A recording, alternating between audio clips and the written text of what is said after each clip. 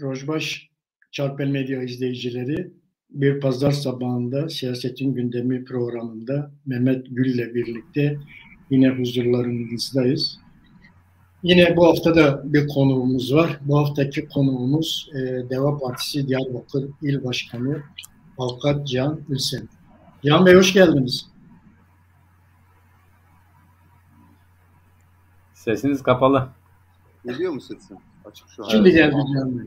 Merhabalar, hoş bulduk. Mehmet merhaba, hoş geldin. Merhaba abi, teşekkürler, sağ olasın. Bu hafta daha çok Cihan Bey'den bazı şeyler dinlemeye çalışacağız. Deva Partisi'ni irdelemeye çalışacağız. Deva Parti'nin siyaseti, politikasını daha çok bölgedeki durumunu öğrenmeye çalışacağız.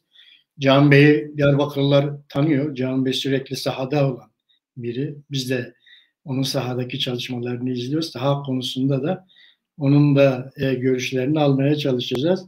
İsterseniz Cihan Bey önce şuradan başlayalım.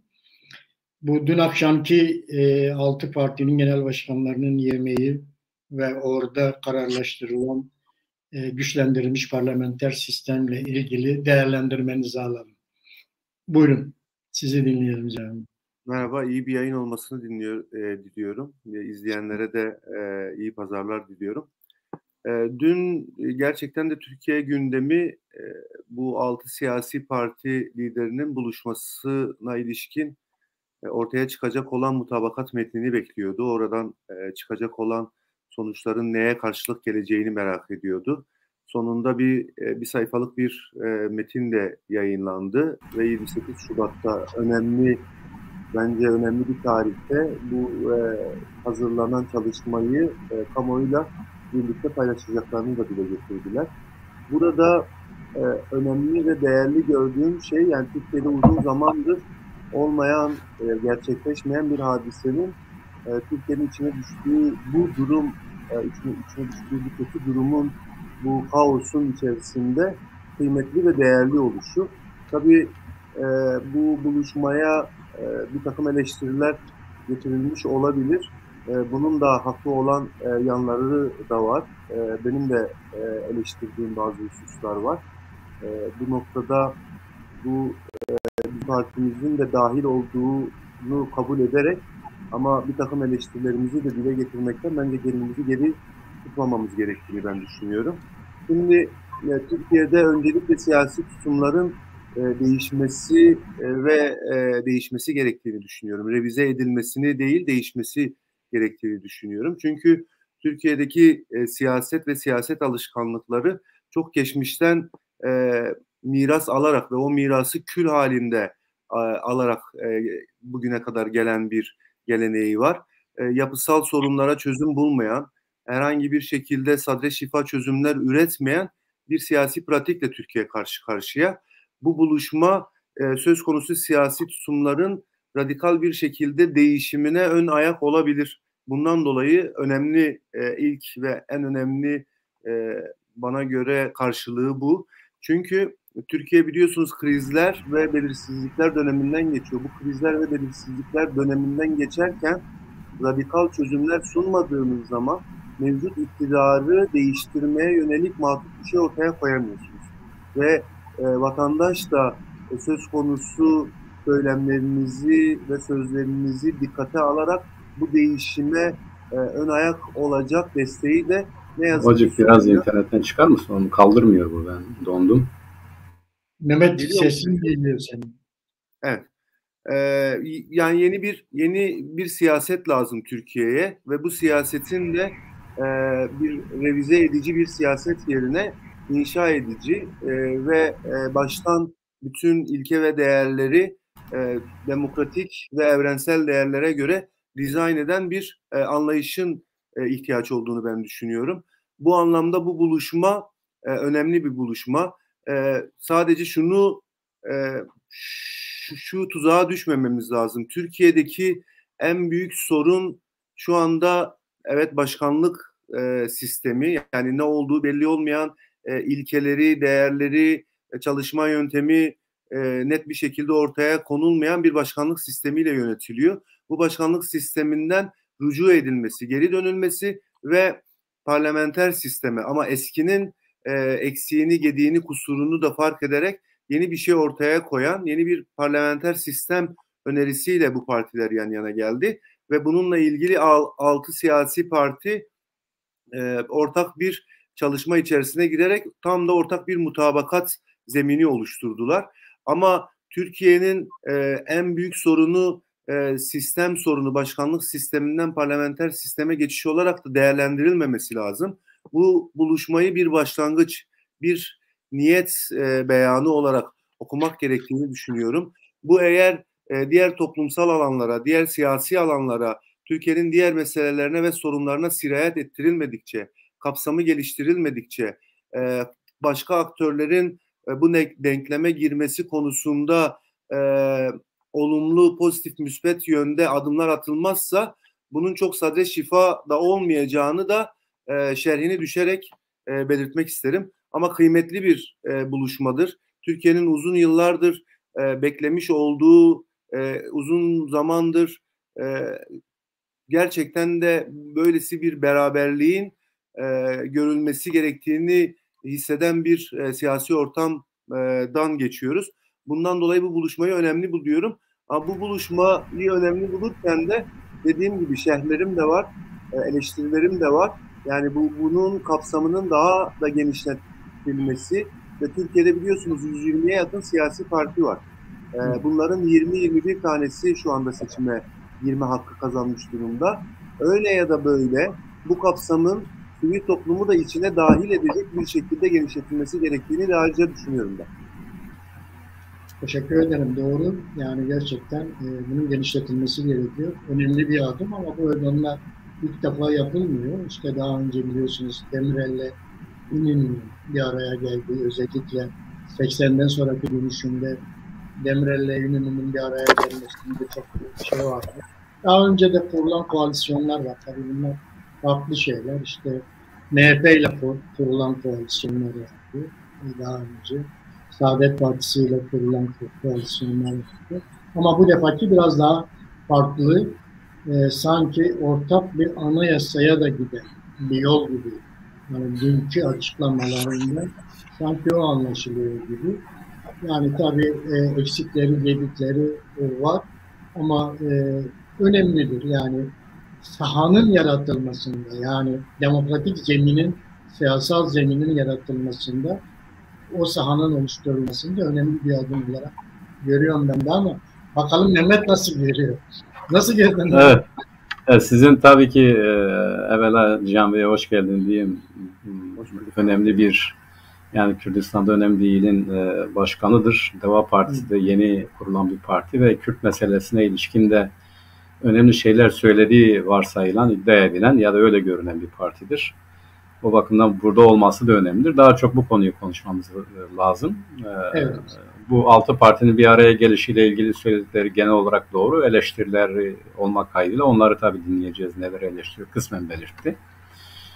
Bu çerçevede baktığımız zaman hani diyorlar ya, derdine derman arayan bir milletin 3 evladı burada bir şeyleri değerlendiriyoruz. Ve bizim adımıza o çok dikkat çekiciydi. Evvela onu söyleyeyim.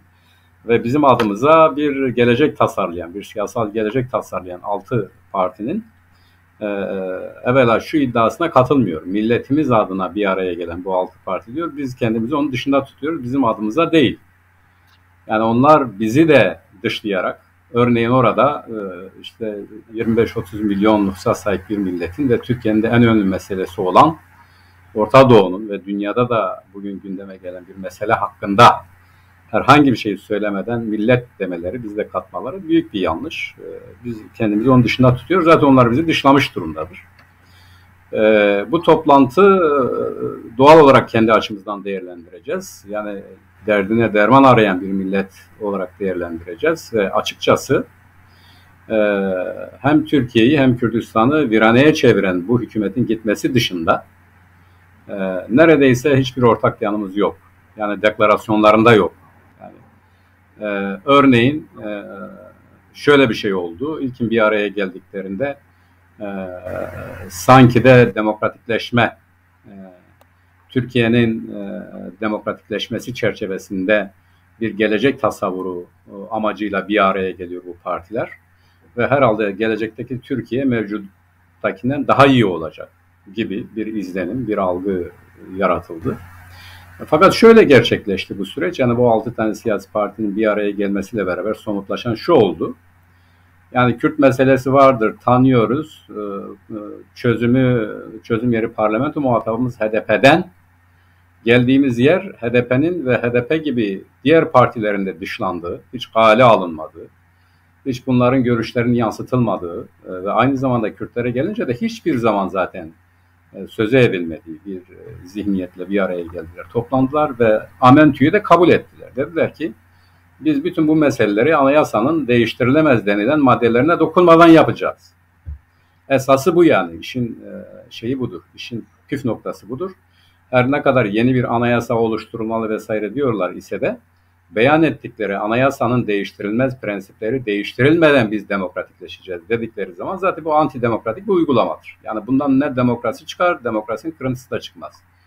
Bugün Türkiye Cumhuriyeti Devleti'nin ya da Türkiye şartlarında demokrasi esas itibariyle, yani hani diyorlar ya, mızrağın ucunun nereye yönetilmesi gerektiği sorusuna cevap verecek olursak esas itibariyle Kürt meselesinden hareketli olaya bakmaktır. Kılıçdaroğlu biz Diyarbakır'dan geçmeyen bir demokrasi süreci olmaz dedi. Yine kıyamet koptu. Sonra ondan da sustu. Yani adeta bazı şeyleri böyle gündeme getirmek, tartıştırmak gibi bir niyetle, ama o ne anlama geliyor? O da zaten geçmişteki bu söylemlerin nereye vardığını, hatta onu geçelim, AKP'deki işte bu çözüm süreciyle beraber sonucun nereye vardığını da görmüş olduk. Yani bütün bunlar gerek dile getirdikleri şekliyle, gerek pratik tutumlarıyla, gerekse açıklamalarıyla kısmi bir kesimin, yani Türkiye Cumhuriyeti siyasal rejimi içerisinde siyaset yapan ve bugün bir kısmının adeta hallaç pamuğu gibi attığı bu ülkeyi nispeten toparlamak isteyen, bir daha böyle bir tehlike oluşursa bu hale gelmemesi için ne yapabiliriz sorusuna hareketle bir çözüm bulmaya çalışan ve buna da güçlendirilmiş parlamenter sistem diyen ve bu rejimin kültürüyle, bu rejimin siyasal kültürüyle, bu rejimin işte demokrasi anlayışıyla, bu rejimin, ama bu çok önemli, bu rejimin demokrasi anlayışıyla, bu rejimin yönetsel anlayışıyla hemfikir olan 6 tane siyasal partinin kendisine göre bir gelecek dizayn etme olayıdır. Yani birinci aşamada bu bir araya gelip 5 saatlik toplantı sonucunda deklare ettikleri, beyan ettikleri görüşlerine baktığımız zaman birbirlerine teşekkür etme dışında bu genel işte daha iyi olacak falan demek dışında herhangi bir şey yok. 28 Şubat'ta bunu göreceğiz. Şimdi birincisi şu, somut olarak. Yani mesela neden buradan, bu anlayıştan bir şey çıkmaz? Bizim demokrasi dediğimiz anlamda bir şey çıkmaz. Sayın Babacan doğru eleştirdi.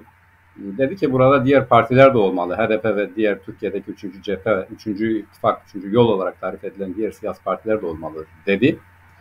Bu tabii ki önemlidir, olumludur. Fakat bu da kademeli bir demokrasi anlayışıdır. Yani bununla Babacan'ın dışlamadığı siyasi parti kalmadığı değil. O da kendisine göre bir dışlama oluşturdu.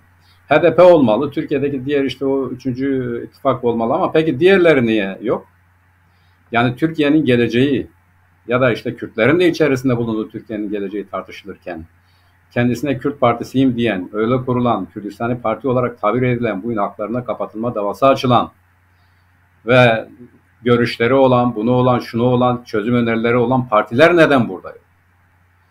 Şimdi demek ki her birinin kendisine göre bir demokrasi alanı var. Kılıçdaroğlu'nun bu 6 partiyi geçmeyen bir demokrasi alanı, rejimin esaslarını koruyan, bu işte Kürt meselesinin çözümü tanıyoruz vesaire dediği de yine kendisi gibi bir partiyi de öneren muhatabımız da budur dediği, bu rejimin içerisinde vatandaşlık meselesi olarak gören bu mesele, eşit vatandaşlık meselesi olarak gören, ki eskiden beri de böyleydi. Yani bu ülkede gruplar, kesimler, inançlar, milletler yoktur. Fertler vardır. Fertler de yasa karşısında eşittir. Fransız devriminin bu temel prensibinin getirilip artık Türkiye'de bir milletin haklarının, hukukunun inkar edildiği şartlara uygulanması zaten çok geri bir tutumdur. Geçen gün bir vatandaş, yanılmıyorsam Deva Partisi'ndendi, genel başkan yardımcısıydı galiba. Yurttaşlık esasından hareketle bu meseleyi çözeceklerini söylediler. Yani henüz meselenin tanımı itibariyle doğru teşhis koymuş, Türkiye'nin geleceğinde güçlendirilmiş parlamenter sistemi öneren kesim içerisinden bu meseleyi doğru tarif eden, ya bu mesele bir millet meselesidir, bir milletin hak hukuk meselesidir diyen herhangi biri çıkmamıştır. Birinci çerçeve bu. İkinci çerçeve biraz daha genişlemekle beraber, yani hakkı, hukuku, kültürü vesairesi olsun, Sayın Ali Babacan'dan söz ediyorum. Programda da aşağı yukarı öyle şeyler var. Fakat onun da ötesinde, onun da çizdiği kendisine göre bir çerçeve var. Bu çerçevenin de dışladığı bir realite var. Ve bu esas olarak dışlanan realite, Kürt meselesine ilişkin çözüm öneren kesimlerin dışlanmasıdır. Yani bizim dışlanmamızdır, bizim gibi partilerin dışlanmasıdır. Çünkü bu meseleyle ilgili görüşleri olan, öneren, bir çözüm önerisi olan kesimler bu kesimlerdir. Yani bizleriz. Bizlerin dışlandığı bir demokrasiden, bir Türkiye'nin geleceğinden, bir ortak yaşamdan, bir eşitlik temelinde bir çözümden söz etmek sadece bir demagoji olabilir ve bugün yapılan da odur.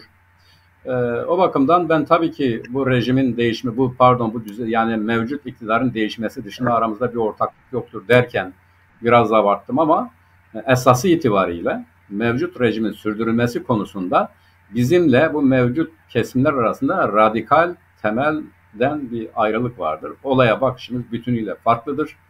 Bu olmasın mı diyoruz? Hayır olsun.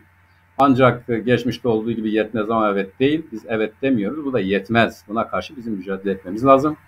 Bizim dinlenmediğimiz, bizim görüşlerin alınmadığı ve bunların yansıtılmadığı ne bir gerçek anlamda anayasa değişikliği olabilir, demokrasi anlamında, ne de gerçekten de işte Türkiye'de gelecekte bu meselelerin çözüldüğü, herkesin kendisini mutlu ve hissettiği bir düzen, bir rejim kurulabilir. Bu konuda gerçekçi olmak lazım. Şimdiden bizim tutumumuzu almamız, ona göre bir farklı bir yol, yöntem izlememiz, ona göre örgütlenmemiz elzemdir diye düşünüyorum. Bundan bize bir şey çıkmaz. 28 Şubat'ta daha netleştirecekler, açıklayacaklar. Dert deva şudur: güçlendirilmiş parlamenter sistem devletin yeniden reorganizasyonudur. Hak ve özgürlükler meselesinin düzenlenmesi değildir. Yani burada örneğin ne diyorlar? İşte Yüksek Savcılar Hakimler Kurulu ya da işte yargı ya da işte parlamenter sistemdeki yönetme, yani yasaların çıkarılması konusundaki meseleler, siyasi ahlak yasası, işte katılımda nasıl olacak? Yine bir baraj öneriyorlar. Şimdi baraj %10'du, %7 olsun ya da %5 olsun diyorlar. Bu da zaten kademeli demokrasi anlayışıdır. Yani bunlar da birilerini dışlıyor ama daha az dışlıyor. Bizim anladığımız anlamda yönetime katılmak açısından barajın olmadığı, kesinlikle ve kesinlikle barajın olmadığı, bir siyasal partinin herhangi bir ya da herhangi bir kesimin örgütlenmesi önünde hiçbir engelin olmadığı, hele Türkiye'nin 40 ilinde ve onların da üçte bir ilçesinde örgütlenmek gibi bir ucuvenin kesinlikle olmadığı, yani bu antidemokratik değil, bu çağ dışı bir şeydir. Yani benim diyelim ki herhangi bir ilde ben örgütlenmek istiyorum, parti olarak sadece orada iktidar olmak istiyorum, bu böyle düşünülmelidir, böyle sağlanmalıdır. Yani bunun önünde bir baraj, hayır Türkiye'nin %40'ında ve %50'sinde bunlar şunu örgütlen demek, bu gericiliktir. Bu zaten belli bir kesimi ya da özel olarak söyleyeyim, Kürtlerin örgütlenmemesi, örgütlenseler bile iktidar olmaması, iktidar olsalar bile herhangi bir etkin anlamda kendi menfaatlerine herhangi bir icraatta bulunamayacakları rejimin adıdır. Bunların önerdiği, bu altı partinin önerdiği de yine esası bu olmak kaydıyla bunu örmek, tahkim etmek. Erdoğan gibi biri gelirse, karizma yüksek biri gelirse bu rejimi, bu parlamenter düzeni değiştiremeyecek. Yani hani 12 Eylül'ün koyduğu değiştirilemez 4 temel ilke dediler ya. Bunlar şimdi bütün rejime yayıyorlar. Kim gelirse gelsin bu rejim değişmez. Yani öyle bir engeller çıkaralım ki, öyle bir tahkimat yapalım ki bu klasik 1960'larda başlayan Türkiye Cumhuriyeti rejimi, yani etkisiz bir cumhurbaşkanı, yasaların ve hükümetin içinden çıktığı bir parlamento, işte sözde onlara göre bağımsız ama bu rejimin savunucusu bir yargı sistemi, onun dışındaki her şeyin de raptı zapt altında tutulduğu bir yönetim anlayışını savunuyorlar. Bu zaten değiştirilmez, anayasanın değiştirilmez 4 temel ilkesinin yanında değiştirilmez bir rejim, adı güçlendirilmiş parlamenter sistem olsa da değiştirilemez bir rejim inşa etmenin süreci gibi görünüyor.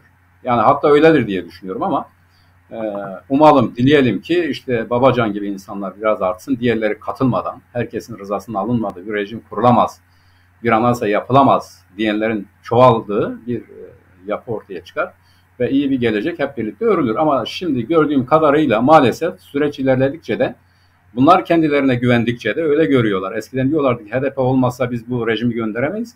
Şimdi şöyle diyorlar, HDP olmasa da biz bu rejimi göndereceğiz. Ya HDP'ye giderek de Kürtlere pek öyle fazla bir ihtiyacımız falan da yoktur. Onlar olmasa da biz güçlendirilmiş parlamenter sistemi kurarız ve yine eskisi gibi devam ederiz gibi palyatif bir takım demokratik tedbirlerle ya da önerilerle birlikte bu rejimin esas itibariyle sürdürülmesi konusunda güçlü bir ittifak, güçlü bir görüş birliği olduğu konusunda ciddi belirtiler var. Biraz sonra da bunlar nereden görünüyor, nerede bunları anlayabiliriz, nereden bu fikirlere vardım onu da konuşabiliriz. Teşekkür ediyorum. Ben de teşekkür ederim Mehmet. Tabii esas mutabakat metni herhalde 28 Şubat olarak işaret edildi. 28 Şubat'ta açıklanacak. Tabii yani bu güçlendirilmiş parlamenter sisteminde asıl bakılması gereken nokta kim güçlendiriliyor? Yani devlet mi güçlendiriliyor, toplum mu güçlendiriliyor? Bu çok önemli. Şimdi mesela diyelim ki toplumun çok renkli, çok dilli, çok inançlı, çok kimlikli bir yapısı var. Bu yapı parlamentoya yansıyacak mı? Parlamento çok dilli, çok kimlikli, çok inançlı bir inanç grubundan oluşan bir parlamento olacak mı? Tabii bunları parlamento böyle güçlendirilir. Yani orada devletin bir şeye ihtiyacı yok. Devletin ordusu var, polisi var, her şeyi var. Nasıl devlet karşısında güçlendirilmesi gereken toplumun kendisidir. Eğer bu 28 Şubat'ta açıklanacak metinde gerçekten devlet değil de toplum güçlendiriliyorsa, devlet karşısında toplum güçlendiriliyorsa belki demokratik anlamda bir anlam ifade edebilir. Ben de böyle bir katkı sunayım. Evet Cihan Bey, Mehmet'in anlattıklarından sonra ekleyeceğiniz bir şey var mı bu konuda Cihan Bey? Ben de birkaç bir şey ekleyeyim. Yani Mehmet Bey'in söylediklerini anlamaya çalışıyorum gerçekten. Haklı olduğu noktalar var ama yani meseleye biraz reel siyaset gözüyle eğer çözümü önceliyorsak, çözümün bir parçası haline geliyorsak, yani Türkiye'nin ve reel siyasetin reel durumunu da göz ardı etmemek gerektiğini düşünüyorum. Ben de şöyle düşünüyorum. Yani Türkiye'deki muhalefet şu anda iktidarın ve Erdoğan'ın gitmesine odaklanmış durumda. Sadece buna odaklanırsanız bir gelecek inşası, bir umut inşasından söz edemezsiniz. Yani orada sorunlar hala yerli yerinde durmuş olacak ve siz sadece bir kişinin ya da bir siyasi partinin gitmesine indirgediğiniz siyasetle yeni bir şey söylememiş olacaksınız. Buna kesinlikle katılıyorum. Onun için siyasetin, muhalefetin topyekün bir şekilde inşa edici bir söylem kurması gerektiğini en başta zaten söyledim. Eğer bunu kuramazlarsa ne yazık ki sade şifa hiçbir çözüme ön ayakta olamazlar. Ben de yani 6 liderin söz konusu toplantısını değerli, kıymetli bulduğumu en başta söyledim. Ama eksiklerinin de olduğunu söyledim. Ya da bu eksiklerin ileriki dönemlerde muhakkak surette giderilmesi gerektiğini söyledim. Bunların başında muhakkak surette Kürt temsiliyetinin de içerisinde bulunduğu bir yapının olması gerektiğini. Onun için 120 partiden bahsettim. Yani 120 partinin olduğu bir siyasi denklemde 6 partinin yan yana gelmesi toplumsal mutabakata herhangi bir şekilde ciddi anlamda bir katkı sağlamayacağının ben de farkındayım. Büyük bir ihtimalle bu liderler de farkındadır ama giriş mahiyetinde olması, mukaddime olması açısından önemli. İkincisi, Mehmet Bey birkaç şeyden bahsetti. Ona vurgu yapayım. Yani Türkiye'de şu anda demokratik bütün demokratik zemini oluşturan her şey yerle yeksan olmuş durumda. Yani insanların konuşamadığı, tartışamadığı, kendi görüşlerini açık bir şekilde dile getiremediği bir siyasi iklimden geçtiğimizi unutmamamız lazım. İnsanlar bir tweet attığı için, bir tweet'i beğendiği için haklarında soruşturma açılıyor. Yani 2021 yılında sadece Cumhurbaşkanı'na hakaretten 50 binin üzerinde dosya işleme alınmış. Bunların 39 bini hakkında dava açılmış. Ya da geçen bir Sedef Savaş meselesi var biliyorsunuz. 11 yılı aşkın bir süreyle cezalandırılmasına ilişkin dava açıldı. Şimdi böyle bir ortamda insanları ya Türkiye'deki bütün toplumsal grupların ayrıştığı, o toplumsal grupların da kendi içerisinde ayrıştığı, ötekileştirildiği, yan yana gelmediği bir siyasi iklimden geçerken bazı şeyleri hemen ve yek ağızdan söylemenin de zorluğunu göz ardı etmemek gerektiğini düşünüyoruz. Çünkü burada karşıda sizin söylediklerinizi manipüle eden, sizin söylediklerinizi kriminalize eden, sizin söyledikleriniz üzerinden kendi siyasetini oluşturmaya çalışan ve etrafı bunlarla ilgili aygıtlarla dolu bir büyük bir iktidar var. Hatta hemen hemen devletle iç içe geçmiş, devletten çok ayrışmayan, birbirini örten bir iktidardan bahsediyoruz. Onun için önce bazı şeylerin normalleşmesini sağlamak üzerine hareket etmek lazım. Bakın sadece Türkiye'de değil, dünyada da çatışma çözümü, yani Kürt meselesi bağlamında söylüyorum, şiddetin erdirilmesi ve Kürtlerin hem fiziksel hem de hak olmalarından kaynaklı olan hak teslimine ilişkin, çatışma çözümüne ilişkin örnekleri incelediğiniz zaman güçlü bir iktidar olmadığı zaman, demokratik bir iktidar olmadığı zaman toplumu da buna hazırlayamıyorsunuz. Bugün kabul etseniz de etmeseniz de Türkiye'de bütün çözümler Türkiye Cumhuriyeti'nde yaşayan bütün halkların mutabakatıyla olabilecek bir meseledir. Biz Kürtler tamamıyla bir olalım, yan yana olalım ama masaya Türklerle beraber oturacağız ve bu meseleyi onlarla beraber çözeceğiz. Ama burada Kürt halkının hazırlanması gibi Türk halkının da hazırlanması var. Çözüm sürecini gözünüzün önüne getirin. %80 Türkiye halklarının mutabakıt olduğu ve çözümü isteyen bir siyasi ortamdan bugün geldiğimiz noktada birbiriyle konuşmayan, yani kendi işlerinde bile birbiriyle konuşmayan bir toplumsal zemine gelip oturdu siyaset. Yani Kürtler arası, ben Diyarbakır'da Kürt siyaset ve Kürt siyasi partileriyle de görüştüm. Yani HDP'den tutun PSK'ya kadar, Azadiye Hareketi'ne kadar bütün bileşenlerle gidip görüştüm.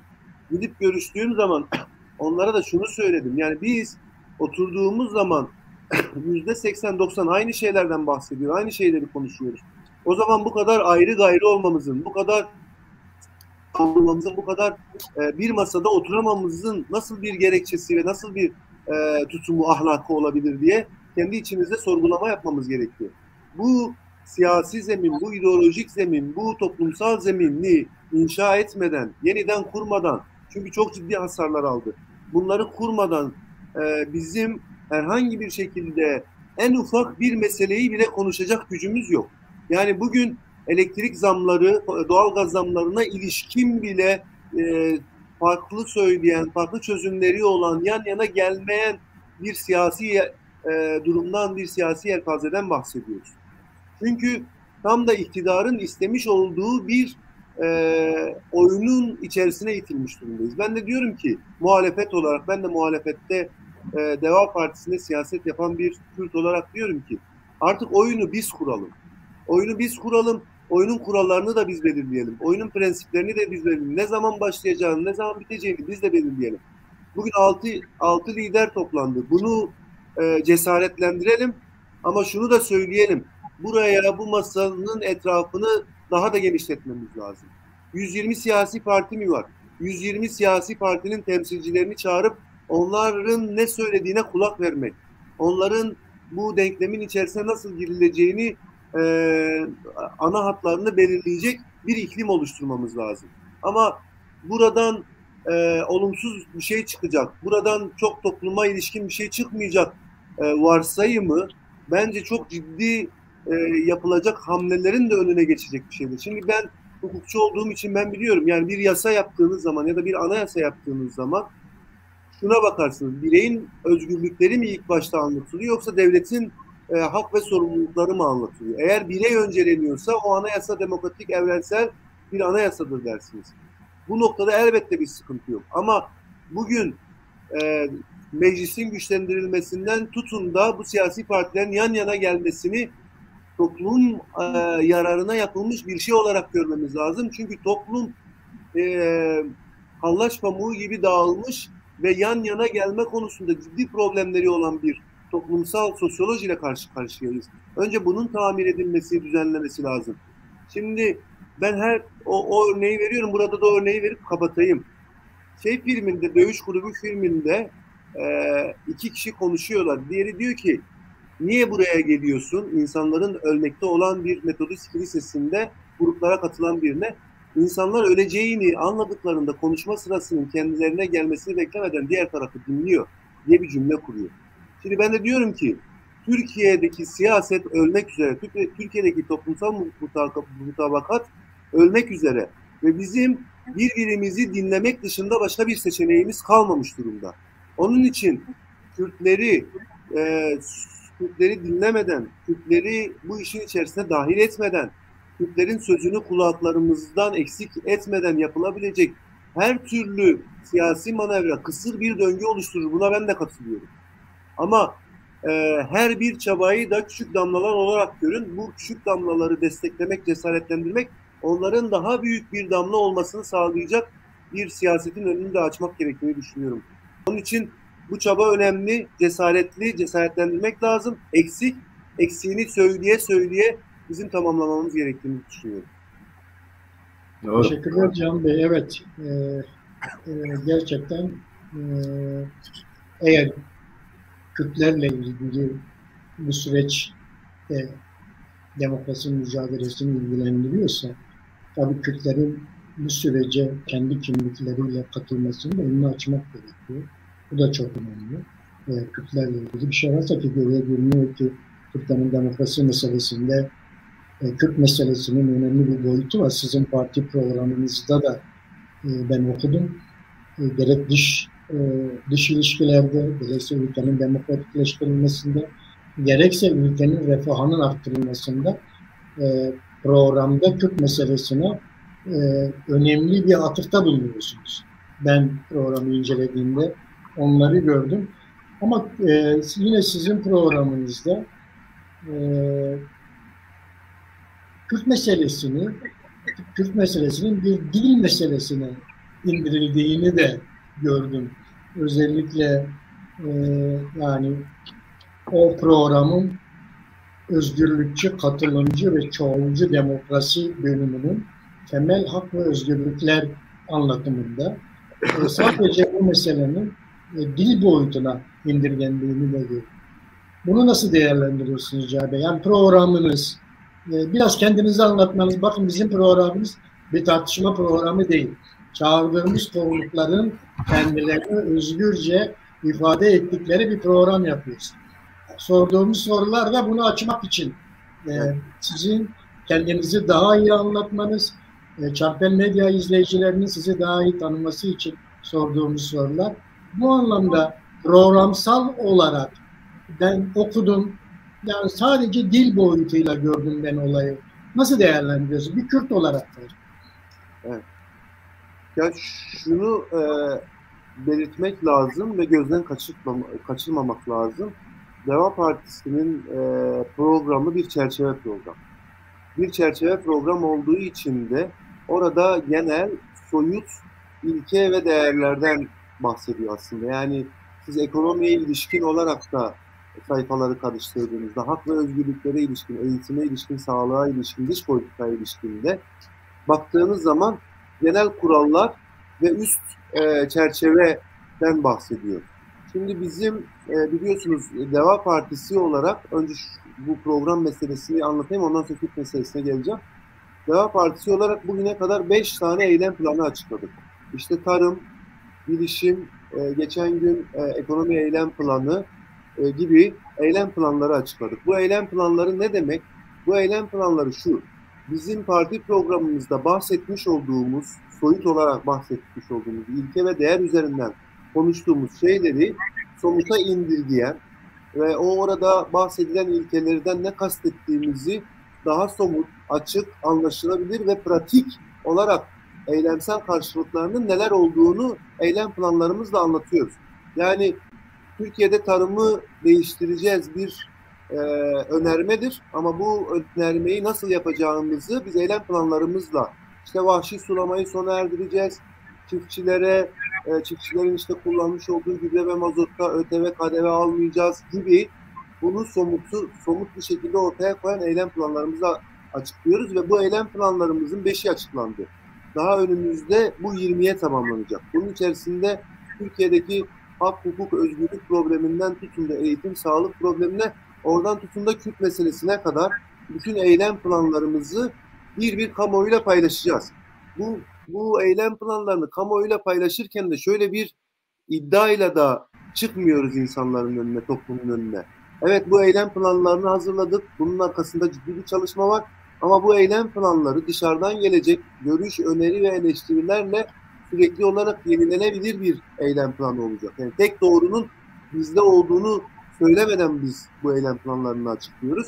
Ama bu eylem planlarının arkasında ciddi bir çalışmanın, ciddi bir koordinasyonun olduğunu da açıkça dile getirmek isterim. Kürt meselesine gelince, şimdi Deva Partisi'nin Kürt meselesini sadece dil meselesi üzerine indirgediğini söylemek bir haksızlık olur diye düşünüyorum. Çünkü Deva Parti, yani biz de burada siyaset yaparken, ben Diyarbakır İl Başkanlığı yapıyorum. Ve Diyarbakır'da siyaset yapmanın şöyle bir karşılığı var. Yani örneğin bir arıcılıkla ilgili bir sivil toplumu ziyaret ettiğinizde ikinci mesele arıcılık ve Kürt meselesine dönüyor. Yani bu şekilde Kürt meselesini arıcılık bağlamında da konuşmanız gerekiyor. Şimdi eşit vatandaşlık meselesinde değerlendiriyor Deva Partisi Kürt meselesini. Kürtlerin de Türkiye'de eşit, onurlu, haysiyetli, kendi kimlikleriyle, kendi özgür ağırlıklarıyla vatandaş olmalarını önceliyor. Türkiye mevcut anayasadaki askeri, militarist vatandaşlık tanımı anlayışının bir şekilde sivil ve nötr bir hale getirilmesini önceleyen eşit vatandaşlığı öne çıkartıyor. 2, ana dil meselesini önemsiyor. Ana dil meselesini de sadece ana dilde eğitim olarak değil, ana dil hakkı olarak, bir üst çerçeve olarak dile getiriyor.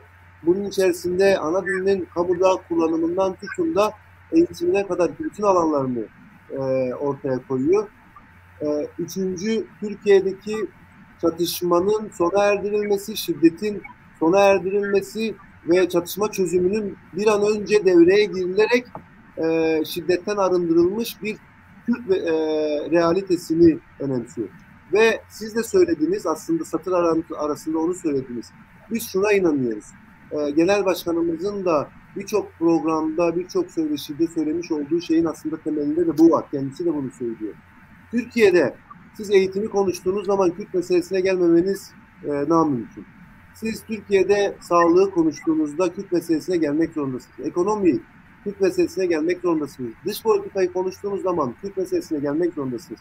Yani buradan şunu anlıyoruz. Ortak payda, Türkiye'deki meselelerin ortak paydası Kürt meselesi ise, Kürtler ise, Kürtlerin demokratik haklarının onlara verilmesi ise, o zaman bu ülkede bu sorunu çözmemiz lazım. Bu sorun çözülmediği zaman ekonomiyi de çözemiyorsunuz, sağlığı da çözemiyorsunuz, dış politikayı da çözemiyorsunuz, turizmi bile çözemiyorsunuz. Bakın Türkiye'de hayvancılıkla ilgili çok ciddi bir sıkıntı yaşanıyor, değil mi? İthal ediliyor hayvanlar kesim için. Ya bunu Türkiye'deki son 40-50 yıldaki savaştan ayrı bir şekilde tartışabilir misiniz? Kürdistan'da hayvancılık bitti. Kimse hayvancılık yapmıyor. Buradaki meseleyi görmeden, okumadan, Kürt meselesini bu şekil tartışmadan siz hiçbir şekilde çözüm bulamıyorsunuz.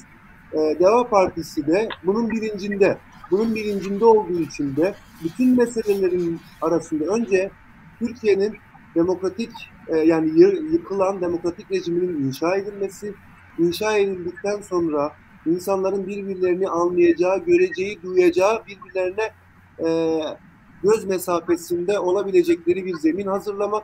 O zemini hazırladıktan sonra Türkiye'deki bütün toplumsal kesimleri bu meselenin çözümüne dair söyleyecek sözlerini toplayıp ortak bir mutabakat ve akılla ortaya konmalı. Bizim çözüm süreciyle ilgili getirdiğimiz eleştirilerden biri neydi? Ben çözüm süreci döneminde sivil toplumda Mazlum Derdi Diyarbakır Barosu'nda çalıştım. Açık değildi, şeffaf değildi. 2-3 kişi ya da 2-3 kişilik heyetler arasında konuşulan edilen şeylerdi. Biz ne diyoruz?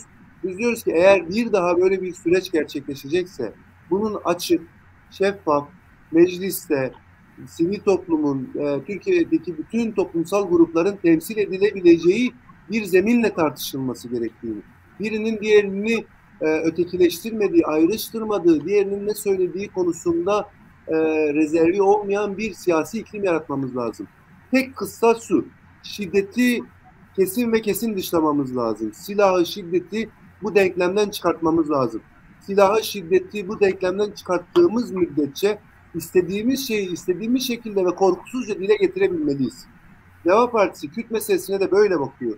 Kürt meselesi bu ülkenin en önemli yapısal sorunudur. Bakın niye bunu söylüyorum? Yani 1925'te ki istiklal mahkemelerinde yargılanan Kürtleri tutun. Bugün mesela Türkiye'deki yargı sistemini eleştirenler 1925'teki istiklal mahkemelerindeki yargılamaları, oradaki yargılamaları eleştirmedikleri için bugün Türkiye'de adalet sistemi değişmiyor. Ama biz 25'teki istiklal mahkemelerini eleştirirsek, orada yanlış yapıldığını kabul edersek, orada yargılananlara iade itibar verirsek, o zaman biz 60'taki Mendereslerin yargılanmasına ilişkin de sözümüz olur. 72'de Mahirlerin, Sinanların yargılanmasına, 80'de Erdalların yargılanmasına, 28 Şubat'a ve bugün gelen yargıya kadar. Ama her gelen bütün yargı sisteminde devletin bekasını öncelediği için, devletin bekasını göz önüne ortaya koyduğu için Türkiye'deki muhalif kesimler her bir yargılamayı kendine göre anlatıyor. Ama her bir yargılamanın ortalamasına baktığınız zaman yine Kürtler var. Anlatabiliyor muyum? Yani biz bütün söz ve eylemlerimizde tutarlı olmamız lazım. Hikmet dediğimiz şey de budur. Hikmetli söz dediğimiz şey de budur. Yani siyasetin içerisine bizim hikmeti koymamız lazım. Söz ve eylem birliği olması lazım. Çünkü Türkiye'de uzun bir zamandır herkes sesini yükselterek siyaset yapıyor. Kimse sözünü yükselterek, sözünün üzerine değer katarak ilerlemiyor. Bunun gibi bir sürü örnek verebiliriz. Biz de diyoruz ki bunun tek yolu var. Türkiye'de restorasyon siyasetinin sona erdirilmesi lazım. Ne yani restorasyon siyaseti? Her gelen siyasi parti siyasetin metruk bir hale getirdiği, yaşanılamaz bir hale getirdiği evi alıp işte boya badanasını yapıp oraya oturmaya devam etmişler. Biz de diyoruz ki hayır, o evi yıkalım. Yeni bir şey inşa edelim. Herkesin gelebileceği, herkesin hayatını devam ettirebileceği, her bir bireyin, evin içerisinde yaşayan her bir bireyin ihtiyacını karşılayacak yeni bir ev inşa edelim ve bunun içerisine herkes gelebilsin, herkes kendine oraya ait hissedebilsin. Bu inşa edici dili oluşturmadıkça, siyasete yedirmedikçe hiçbir şekilde Türkiye'de siyasetin dönüşeceğine ben inanmıyorum. Ben Deva'ya gelirken programı inceleyerek geldim ve bu programın somuta indirgenmiş haliyle Türkiye'deki birçok meseleye, Türk meselesi de başta olmak üzere çözümler getireceğine inandığım için buradayım. Bazen ayrıştığımız, birbirimizi anlamadığımız, birbirimizle ölçemediğimiz noktalar muhakkak oluyor. Çünkü Merkez Parti olmanın getirmiş olduğu bir takım handikaplar var. Ama bu değil ki birbirimizi değiştirip dönüştürebilme ihtimalimiz olmasın. Bakın mesela şeyle ilgili benim Diyarbakır İl Başkanı olarak yaşamış olduğum sorunlara ilişkin diğer il başkanlarıyla oturup konuştuğum zaman onlar da kendi bulundukları bölgede yaşadıkları sorunları anlatıyorlar. Ya işte Cihan Başkan, sen Diyarbakır'da Şeyh Said'i anıyorsun ama benim orada işte ne söyleyeceğimi de bilmiyorum. Ben orada çok ciddi sıkıntı yaşadım. Ya da işte batıdan birisi başka bir şey söylediği zaman buradaki benim yaşadığım sıkıntıları ben dile getiriyorum. Biz Deva Partisi'nde şunu aştık. Artık birbirimizi dinliyoruz ve birbirimizi vasata getiriyoruz. Şimdi vasata getirmediğimiz müddetçe çözüm bulma imkanımız yok. Yani çünkü birisi, ya şunu şöyle yapmamız lazım. Büyük bir savaş düşünün. Herkes birbirini boğazlamış durumda. Bir meydan var. Ya bizim önce iki tarafın çekilmesi lazım. Önce yaranlarımızı, ölenlerimizi bir görmemiz lazım. Ne zayiat vermişiz ona bakmamız lazım. Bir sakin, bir teslim olmamız lazım. Bunu yapmadığımız müddetçe bir şeyin olacağını ben çok şey yapmıyorum, çok düşünmüyorum. Onun için Kürt meselesi ben de Mehmet Bey gibi düşünüyorum. Herkes pansuman çözümlerle bugüne kadar geldi. Yani özellikle 80'lerden sonra, çünkü 80'lerden sonra artık bir şekilde bu soruna bir isim verildi. Ondan önce zaten öyle bir şey yoktu. 80'lerden sonra işte Türkiye, AB'nin yolu Diyarbakır'dan geçer. Türkiye'nin yolu Diyarbakır'ın yolu AB'den geçiyorsa bugün niye AB'den bu kadar uzağız? Demek ki söylediğiniz sözle ortaya koyduğunuz pratik arasında çok ciddi bir karşıtlık var. Bunu söyleyen siyasi partinin olduğu dönemde Türkiye'de faili meçhul cinayetler vardı. Yani asit kuyuları vardı. Yani bunu sadece AB'nin yolu Diyarbakır'dan geçer. Demokratikleşmenin yolu Diyarbakır'dan geçerek afilli cümleler, retoriği zorlayan cümlelerle siz bir yere varamazsınız. Bu cümleleri kurmasınlar ama gelsinler burada sabahtan akşama kadar meydanlarda, sokaklarda dolaşsınlar. Ben buna razıyım. Çünkü Türkiye'de siyaset afilli sözlerle kendini geleceğe atma derdinde. Ben de diyorum ki afilli sözler söylemeyelim, uygulamaya geçelim. Uygulamaya geçmek de ne demek? Sizin söylediğiniz gibi. Eğer 2023'ten sonra meclis çok sesli, çok renkli, çok dilli bir meclis olmayacaksa o zaman bizim konuştuğumuz sözlerin hepsi hava olacak, yani bir buhar olacak, karışacak havaya. Bunu sağlamanın yolu da siyaseti gerçek zeminine çekmek, onları zorlamak. Toplumun sesini onlar kabul etse de etmese de onların duyabileceği bir sesle onların önüne koymak. Kemal Bey Diyarbakır'dan geçiyor demokrasinin şeyi. Yani ben Deniz Baykal'ın da Diyarbakır'la ilgili neler söylediğini hatırlıyorum. Ne oldu? Bir şey olmadı. Somut bir şey istiyoruz. Bu sözü söyledikten sonra Kürdistani partilerden birisinin yetkilisinin o masada olmuş olduğunu görseydik bugün Mehmet Bey de siz de farklı şeyler konuşacaktık burada. O zaman değişime, dönüşüme dair farklı bir hava olmuş olacaktı. Ama dediğim gibi eksiklerle gidiyoruz ama imkansız bir durum da karşımızda yok. Bunlar düzeltilebilir durumlar. Doğru, haklısınız. Ben de size hak veriyorum. Yani bazı şeyleri birdenbire yapmak mümkün değil. Böyle şiddet içermeyen, barışçıl yöntemlerle siyaseti öne çıkararak bir meselenin çözümüne uğraşıyorsak tabii ki yani her zaman çok hızlı yol almayabilirsiniz. Bazen öyle de gerekebilir. Yavaş da yürüyebilirsiniz. Oradan gelir, daha hızlı da yürüme şartları ortaya çıkabilir. Evet Mehmet, Cihan Bey'in söylediklerine katacağım. Evet, tabii ben ya şimdi Cihan Bey'e karşılık olmasın, yani cevap veriyor gibi olmasın. Yok. Ben yani Cihan Bey'i çok olumlu bir noktada gördüm. İşin farkında, bilincinde bir arkadaşımız. O bakımdan da gerçekten de daha da bu meseleyi bizden uzun yaşayacağı için derinlemesine kavramasını umuyorum. Talep ediyorum. Yani biraz geçmişe gitmemiz lazım. Biraz bu Türkiye Cumhuriyeti Devleti'nin siyasetini, yüzyıllık siyasetini biraz daha incelememiz lazım. Cihan Bey'in zaten çabasının olduğu bellidir. Anlamaya çalıştığı bellidir. Belli bir teşhisi vardır. Fakat kuşak farkından ileri gelen farklı görüşlerimiz vardır. Yani bu bizim sahip olduğumuz ya da yaşadığımız süreçten edindiğimiz bilgiler ile Cihan Bey daha genç olduğu için ve bizlerden uzun yaşayacağı için o alanlarla ilgili herhalde biraz daha bizim kendi yaşadıklarımızı aktarmamız lazım. Yani sağlıklı bir kuşağın, sağlıklı bir Kürt kuşağının yetişmesi bizim için çok önemlidir. Bizim çabamız zaten Kürt milletinin, gençlerinin, evlatlarının bundan sonra herhangi bir acı yaşamadan, herhangi bir sıkıntı yaşamadan insanca kendi ülkelerinde kendileri olarak yaşamalarıdır. Ben Cihan Bey'in bu kapasitede olduğunu gördükten sonra gerçekten de çok daha mutlu oldum. Şimdi bu reel meselesine gelince birkaç bilgi vereyim ben. Cihan Bey'in de umarım yararlanabileceği bir şeydir. Böyle ana başlıklar halinde geçiyorum. Özal'la beraber bu işler başladı. Çünkü Özal'dan önce zaten biz Kürt-Mürt falan filan diyemiyorduk. Kürtçe konuşma ne vesaire. Yani bunlar mümkün değildi. konuştuğun zaman başına Cihan Bey az önce dedi ki ben bazen burada Kürtlerle ilgili açıklama yapınca Türkiye'den birileri ya Cihan Başkanım öyle deme bizi zorda bırakıyorsun dediler. İşte bu realitedir. İşte bu realitenin iyi kötü çatladığı zaman Özal'ın işte ya gerekirse federasyon da tartışılır dedi.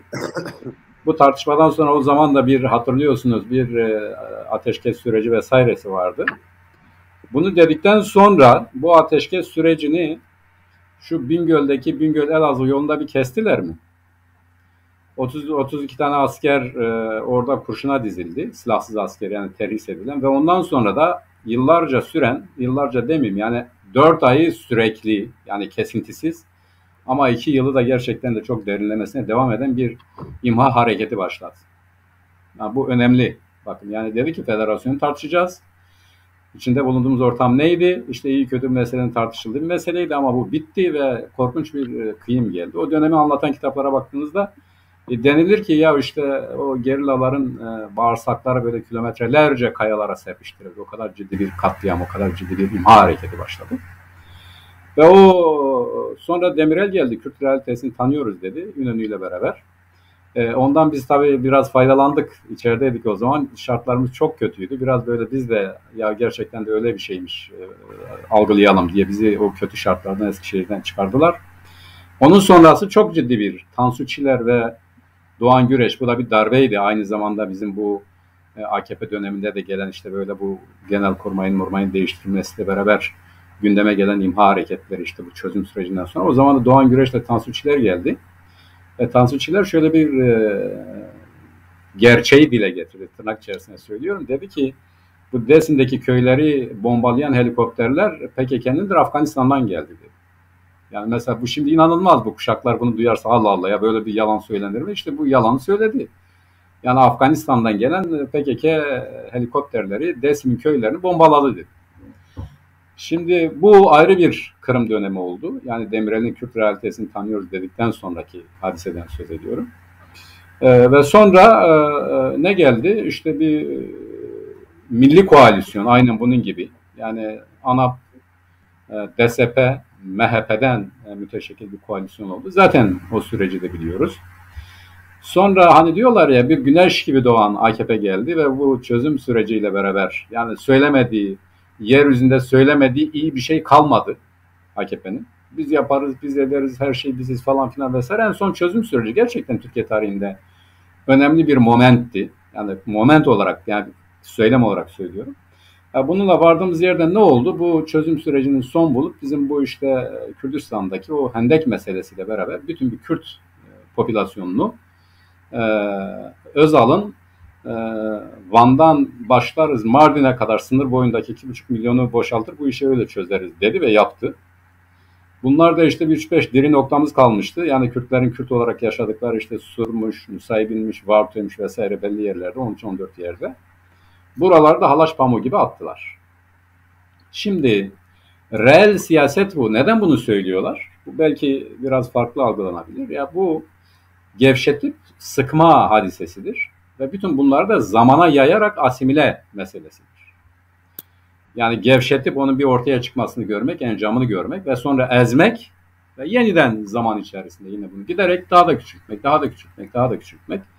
Onun için Cumhuriyet döneminde biz Kürdistan dediğimiz zaman neredeyse Kızılırmak sınırdı bizim açımızdan. Yani Sivas'tan öbür tarafa hep Kürttü, kendilerine Kürt diyorlardı. Bugün dediğimiz zaman yani yine Kürt olan bu çevrelere Kürt dediğin zaman sana kızıyorlar. Biz Kürt değiliz diyorlar. Şimdi bu realite dediğimiz hadise budur. Bu realitenin ifadesi de şudur.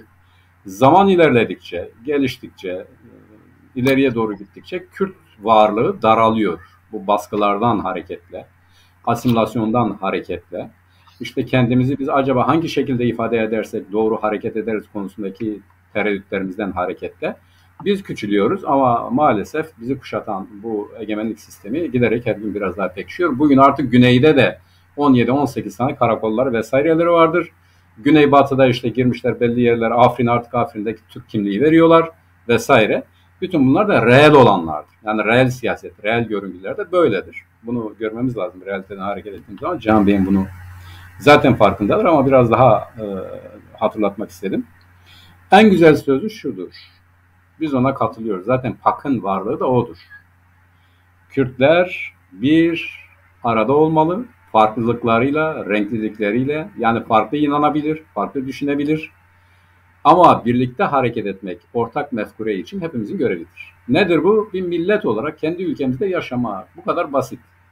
Muhatabımız kimdir? Yani biz kendi içimizde birbirimizin muhatabı, rakibi, düşmanı ya da dostu değiliz. Bir varlık olarak, ontolojik olarak, ortak derde sahip insanlar olarak birlikte, kardeşim burası bizim memleketimizdir, biz bir milletiz, hak ve hukukumuzla burada yaşamak istiyoruz. Sizin gibi bir millet olarak. Eşitlik bu.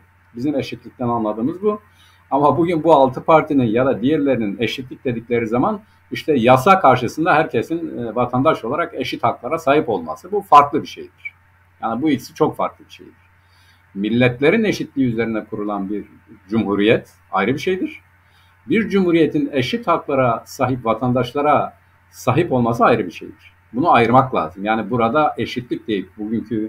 Dünkü toplantından sonra da eşit, özgür vesaire diyorlar. Bu ikisini birbirine ayırmak lazım. Onun için diyorum ki biz ne öneriyorsak yani teşhis çok önemli, tanım çok önemli, tedavi çok önemli. Bunları sarih bir şekilde dile getirmezsek ortak kavramlar kullanmamız bunlardan aynı şeyler anladığımız anlamına gelmiyor. Şimdi bir diğeri şu var, Cihan Bey o konuda çok haklıdır. Hani klasikte bir söz vardır, eşeğini yitirip yeniden buldurma hadisesi. Şimdi biz o noktadayız. Yani mesela diyoruz ki ya arkadaş bu öyle bir yaptılar ki bunlar. Artık yani ileriyi istemeyi boş ver. Bunu durdurun demek bile yeterlidir. Zaten bu rejim, bu sistem yönetme tecrübesine hareketle bunu çok iyi biliyor. Ya diyor ki işte televizyonlarda da çıkıp bunu anlatıyorlar. Diyorlar ki ya bu aşamada işte haktan söz etmek, Kürt hakkından, o hakkından, bu hakkından söz etmek yanlıştır. Tek mesele vardır, bu rejimin gitmesidir. Onun dışında da oturup yeniden konuşacağız. Bu bütünüyle bir tarihsel, toplumsal, siyasal aldatmacadır. Zaten bütün yönetim felsefeleri, anlayışları bunu kullanır. Evvela bir geriletir, o mevcut konumu arar duruma getirir. Sonra aynı yerden, kaldığı yerden devam eder. Der ki ya sen dünü hatırlamıyor musun? Mesela AKP ne diyor? Dün çok kötüydü diyor, benimki çok iyi.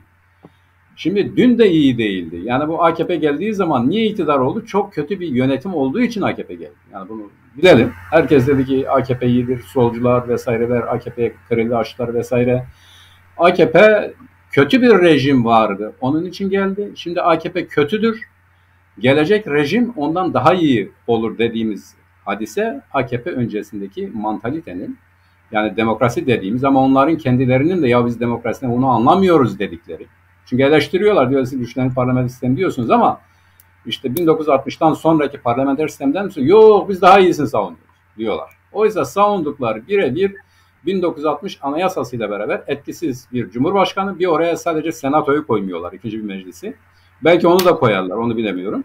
Ama şimdi daha çok bu Avrupa'da yaşayan insanlardan gelen bir takım tecrübelerle beraber işte Almanya örneği, işte diyelim ki mesela bu koalisyonlar olsun ama şöyle olsun. Eskisinden daha zordur bu. Biz hükümeti kuralım. Diyelim ki bak bizim hükümetimiz budur. Bu hükümet güven oyu alırsa evet siz gidin. Yani Almanya'da belli yerlerde bu uygulanıyor. Yani bu demokratik tecrübedir. Orada bir 305 yıllık tecrübeden söz ediyoruz. Bir ciddi çatışmalardan söz ediyoruz. Ondan sonra elde edilen tecrübelerden süzülerek elde edilen yönetim biçimlerinden söz ediyoruz. Ama Türkiye'de bunu boş ver tecrübe etmek, idrak etmek, düşünmek bile mümkün değil. Yani böyle bir siyasal tecrübe yok. Şimdi burada dikkat etmemiz gereken bir diğer şey budur. Yani ortada yıkılan bir demokratik rejim yoktu. O da antidemokratik. Yani bu antidemokratik rejimin biraz daha iyi olacak derken daha da kötü olması, daha da kötü olan bir rejimin ya daha iyi olacağız diyerek geçmişe yeniden rücu etmesi bizim açımızdan demokratik bir rejim değil. Ve yine Cihan Bey'e bütünüyle katıldım. Olay şu, boya badana işini bırakmak lazım arkadaşlar. Bugün ihtiyaç duyulan şey, eğer bu millet olarak bir arada yaşamak istiyorsak, hakkımızın, hukukumuzun tanındığı, eşit olduğumuz ve herkesin de eşit olduğu bizimle, yani herhangi birinden daha iyi ya da kötü olmadığımız, hukuk karşısında herkesin kendisi olarak eşit olduğu, kendisi olarak yaşadığı, hakkının, hukukunun tanındığı, az önce Cihan Bey'in dediği, ben burada bir şey dediğimde Türkiye'deki diyor ya biz burada zorda kalıyoruz, anlayışının ve mantalitesinin olmadığı, buna hakkının da olmadığı, yani kendi haklarıyla, kendi yaşantısıyla ilgili talepkar olabilecek bir toplumsal kültür içerisinde herkesin kendisi olduğu yeni bir ev yapmaya varız. Hak bunu söylüyor zaten. Diyor ki ya bak biz Cihan Bey hatırlattı. Ya bir şiddet middet de savunmuyor Cihan Bey. Yine de bunlar bizi kapatıyorlar. Diyorlar ki sizi kapatacağız. Biz zaten diyoruz yani biz şimdi bu şiddet meselesini de tek taraflı düşünmemek lazım. Yani devletin de vatandaşa karşı şiddet kullanmaması lazım. Yani demokratik haklarını barışçıl yöntemlerle dile getirdiği her şartta devletin şiddet kullanması da suç sayılmalıdır. Yani önemli olan demokratik yolları önermektir. Birisi der ki biz ayrılmak istiyoruz. Evet ne yapalım? Referanduma gidelim. Yani bundan daha medeni bir davranış olabilir mi? Yani bağımsız şartlar sağlansın. Herkesin propaganda, örgütlenme özgürlüğü sağlansın.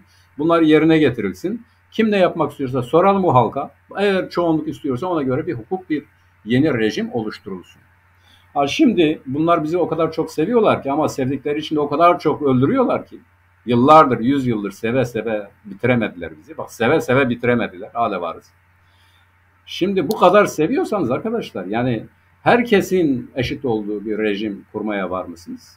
Herkesin kendi hakkı hukukuyla yani bir ağacın kendi kökleri üzerinde yükselip gelişmesi gibi her milletin, her kültürün kendi kökleri üzerinde, kendi tarihselliği üzerinde yükseldiği bir yapıdan yana mısınız? Evet diyorsan işte bu Cihan Bey o konuda da katılıyorum. Bu boya badana işi değildir. Aynen bugün bu 6 partinin yaptığı bunu önemsemiyoruz anlamında değil. Cihan Bey o konuda beni yanlış anlamamalıdır. Çok önemsiyoruz. Az önce de söyledim. Şu andaki yapının gitmesi konusunda tabii ki biz herkesle hemfikiriz. Yani bu gitsin diyen kim olursa olsun doğru şey söylüyor. Bu gitsin. Yenisinin oluşturulmasına geldiği zaman yine Cihan Bey'le aynı fikirde söyledi onu. Fakat ihtiyaç duyulan kesinlikle ve kesinlikle yeni bir yapıdır. Bu yeni bir yapının da hukuk diyoruz ama şimdi Türkiye Cumhuriyeti Devleti de diyor ki biz bir hukuk devletiyiz. Peki hukuk nedir? Kendisine göre bir hukuku var. Diyor ki ben milli hukum. Daha geçen gün Cumhurbaşkanı dedi ki bunlar benim hukukumu tanımıyor, ben de onları tanımıyorum dedi. Şimdi ne yapacaksın? Yani hukuk dediğimiz zaman aşkın genel geçer bir kavramdan söz etmiyoruz. Yani doğru artık evrensel diyebileceğim bir hukuk vardır. Temel insan hakları konusu ama her devletin de kendisine göre bir hukuku vardır. Hukuk aynı zamanda siyasal bir yönetişim, siyasal bir yani bir yönetimin, siyasal bir yönetim belli bir alanıdır ve onun tarafından belirlenen bir hukuktur. Fakat bu şartlarda, bu ortamda, Türkiye Cumhuriyeti Devleti'nin geldiği bu ortamda artık hukuku boş veren kanun da kalmamış. Yani bir yasa çıkarıyorlar sonra ona uymuyorlar. Bak geçen gün yani onu konuştuk. Şimdi bu seçmeli ders vardı. Seçmeli dersle ilgili diyor ki ya okullarda işte herkes kendi çocuğunun hangi dilde eğitim göreceğini seçebilir. Parlamentoda ne yapıyorlar? Diyorlar sen hangi dilde konuşuyorsun ya? Biz o dili bilmiyoruz diyor. Onu konuşma yani Kürtçe konuşan birine de ve sonra da ceza yazıyorlar. 10 bin bir gelir icat etmişler. Ceza yazıyorlar. Peki bu yasayı kim yaptı? O parlamento yaptı ya. O parlamento kendi yaptığı yasanın ne anlama geldiğini bilmiyor. Bak Milli Eğitim Bakanı diyor ki ya kendi dilinizde diyor istediğiniz seçme hakkına sahipsiniz. Bu Arapça da olabilir, Kürtçe de olabilir. Kürtçenin Kırmancıki ve Kurmancı diyalekleri olabilir. Arapça da olabilir, başka bir şey de olabilir. Yani Çeçence de falan da olabilir yani. Okullarda varsa o şartı yerine getir. Böyle bir yasa çıktı. Bu yasayı çıkaran Türkiye Cumhuriyeti Parlamentosu. Bu Türkiye Cumhuriyeti Parlamentosu'nun çıkardığı yasaya göre hareket eden Milli Eğitim Bakanı'nın etkinlikleri suç. Bizim orada Kürtçe konuşanlara 10 bin lira ceza veriyor. Milli Eğitim Bakanı bu suçu işliyor. Onun karşısına gıkı çıkmıyor. Şimdi artık kanun devleti olmaktan da çıkmış. Bak bu çok önemli. Yani hukuku boş ver. Kanun devleti, siz hukukçusunuz bilirsiniz onu zaten. Kanun devleti olmaktan da çıkmış bir yapının hayır kalsın devam etsin denebilir mi? Yani evvela diyoruz ki bu gitsin. Şimdi burada çok ilginç bir örnek vereceğim size. Bu Kılıçdaroğlu dedi ki ya dedi gelsin dedi. Mesela ne tartışılıyor? İşte Cumhurbaşkanı yeniden aday olabilir mi? Şimdi Yüksek Seçim Kurulu dedi ki ya yasada bellidir. Yani hangi şartlarda aday olacağı. Daha yeni açıkladı onu. Şimdi dedi ki ya dedi o önemli değil dedi. Çıksın karşıma ben onu sandıkta göndereyim. Şimdi demokrasi bak bu çok önemli. Demokrasi, adalet, hukuk diyen biri diyor ki yasa içi mi yasa dışı mı ben onu takmam diyor. Aynen onun gibi bak aynen diğeri gibi. Çıksın karşıma diyor ben sandıkta onu göndereceğim. Ya bu yasal mıdır? Yani ben de çıkarım oraya aday olurum. Siz de olursunuz öbürü de olur. Yani Kılıçdaroğlu der mi ki kim olursa olsun gel herkes aday olabilir diyor mu? Hayır diyor 80 bin tane imzayla önerileceksin. Grupta parlamentoda grubun olacak ya da sen 2 defadan fazla yapamazsın kardeşim diyor. Yani yasa böyle diyor. Diyor ki geç onu yasayı diyor. Gelsin diyor sandıkta karşıma ben onu sandığa gömeceğim diyor. Şimdi yasayı, hukuku, kanunu savunması gereken adalet hukuk diyor ya savunması gereken birinin böyle bir gaf yaptığı yerde biz artık mantalite olarak da ya kurallara göre çalışmalıyız diyen kimsenin kalmadığı konusunda herhalde artık herhangi bir tereddütümüz yoktur. Bir örnek daha vereyim. Bakın şimdi işte bu yönetimin vay liyakattan uzak, bundan uzak, şundan uzak, kayırmacı vesaire falan filan şeylerine bakalım diyorlar. İzmir'de birdenbire bir parti genel başkanının kardeşinin adını bir parka verdiler. O da gitti orada bir konuşma yaptı. Duygulandı, hatta ağlıyormuş gibi gözlerini de sildi.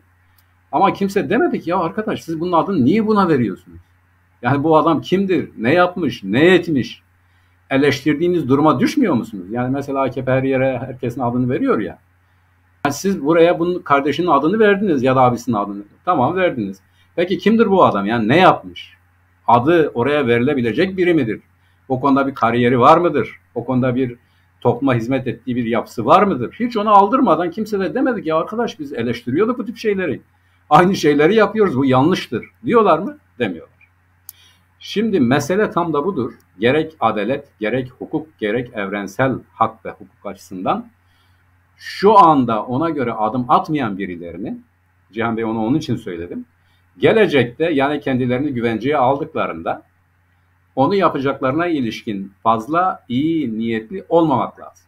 Ve bir de şöyle hep bize karşı kullandılar. Bu reel diyoruz ya. Ya arkadaş öyle demeyin, hele durun biz öyle dersek bize karşı kullanırlar. Bunu atlatalım, o zaman konuşuruz. Bunu atlattıktan sonra o zaman konuşalım dediğim zaman şunu diyorlar. Siz her zaman bozguncusunuz. Bak huzurum bozuyorsunuz diyorlar.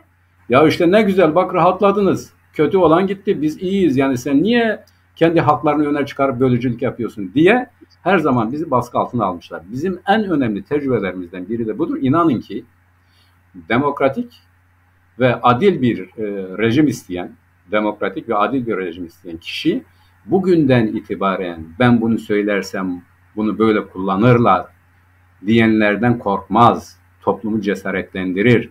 Herkes için adalet, herkes için hukuk, herkes için eşitlik, her millet, her halk, her inanç, her kültür, her siyaset kendi kökleri, kendi varlığıyla örgütlenebilmeli, özgür bir şekilde kendisini dile getirebilmeli.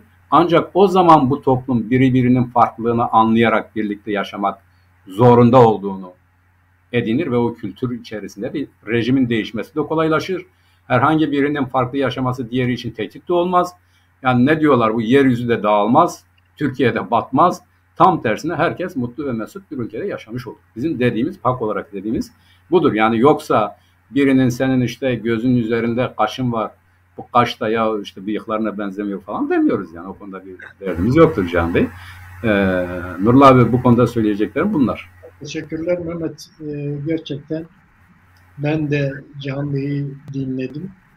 Şimdi tabii şöyle bir baktığımda Can Bey, yani Kürtler, Kürt meselesi olduğunda, Kürt konusu olduğunda gidiyor, bağımsız aday da olsa, parti de olsa gidiyor oyunu veriyor. Bugüne kadar işte bağımsız adaylara da oy verdi Kürt halkı. Siyasi partilere de oy verdi Kürt halkı.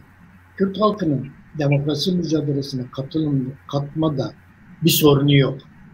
Ve en yüksek katılımla geliyor, oyunu veriyor, iradesini koyuyor. Ama baktığımızda işte parlamentoya gidiyor, parlamentoda Kürt oyları Kürt kazanımına dönüşmüyor. Orada bir problem var. Artı şimdi yeni bir şey daha geliyor, yeni bir boyut daha geldi. Eskiden yerel yönetimlerde Kürt iradesine pek karışılmazdı. Başkanlar görevden alınmazdı. Şimdi artık yerel yönetimlerde de Kürt iradesine müdahale var. Yani Kürtlerin seçtiği belediye başkanlarına hayır, siz belediye başkanı seçemezsiniz. Bu bir yer, iki yer değil. Yüzlerce belediye başkanına kayyum atıyor. İşte bu yani artık içinden çıkılmaz bir durum haline geldi. Yani Kürtler parlamentoda Kürt oylarını Kürt kazanımına dönüştüremiyor. Yerel yönetimlerde de artık iradesi elinden aldı.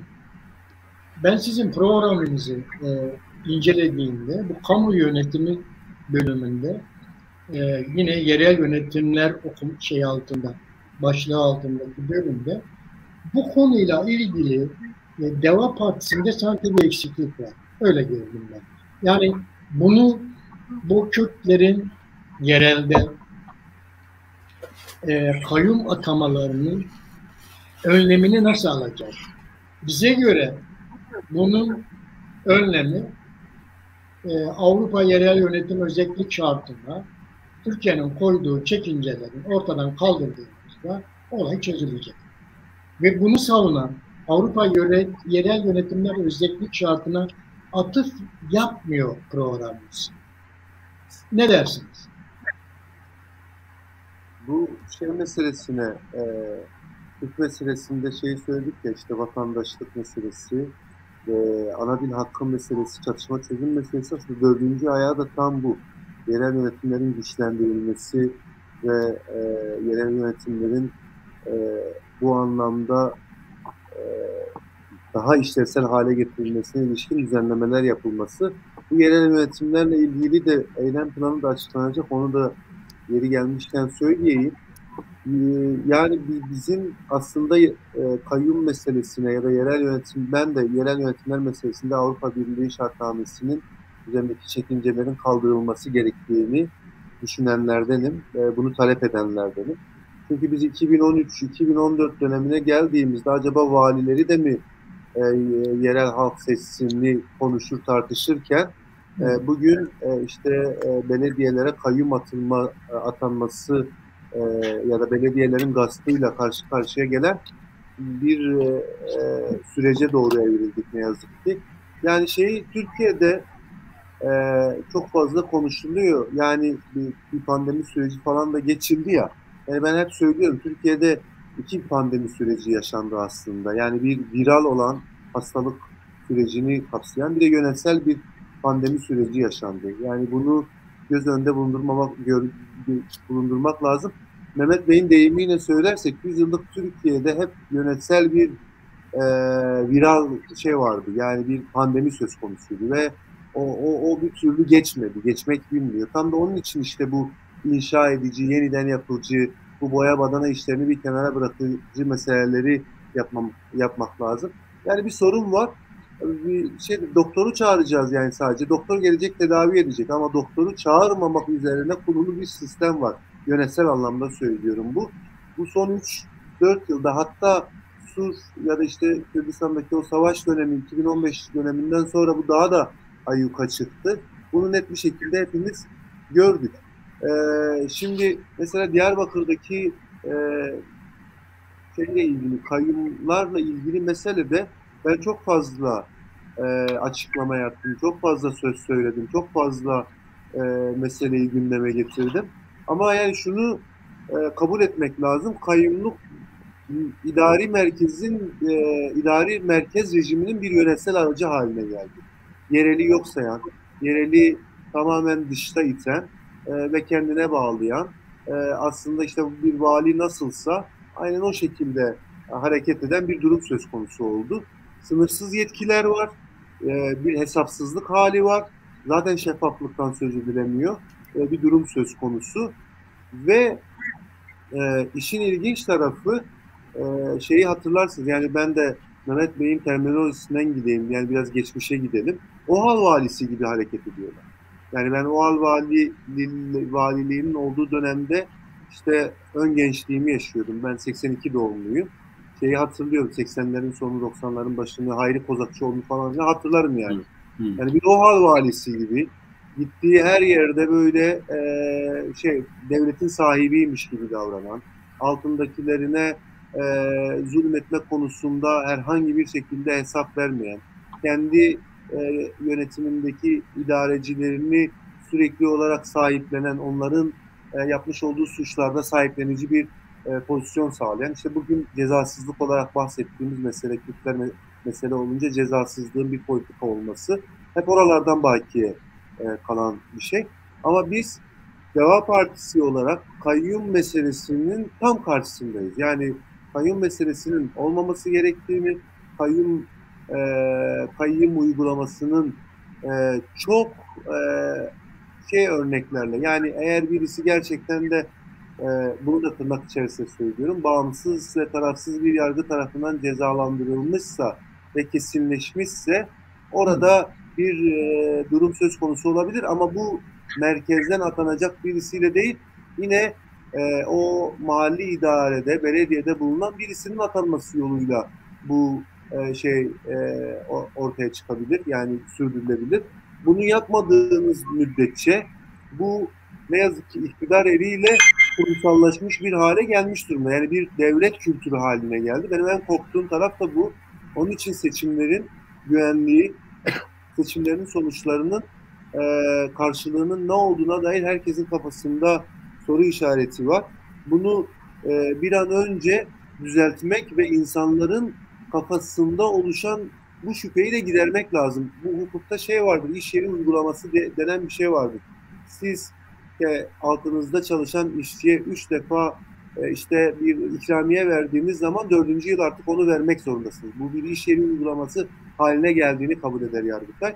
Burada da 2 dönemdir kayyum uygulaması var. Eğer 3. dönemde buna Türkiye Cumhuriyeti müsaade ederse, kurum kurulları muhalefetiyle topyekun karşı çıkmazlarsa, korkuyorum ki yerel idareler, yerel ve mahalli seçimlerin Türkiye Cumhuriyeti nezdinde bir karşılığı artık kalmayacak.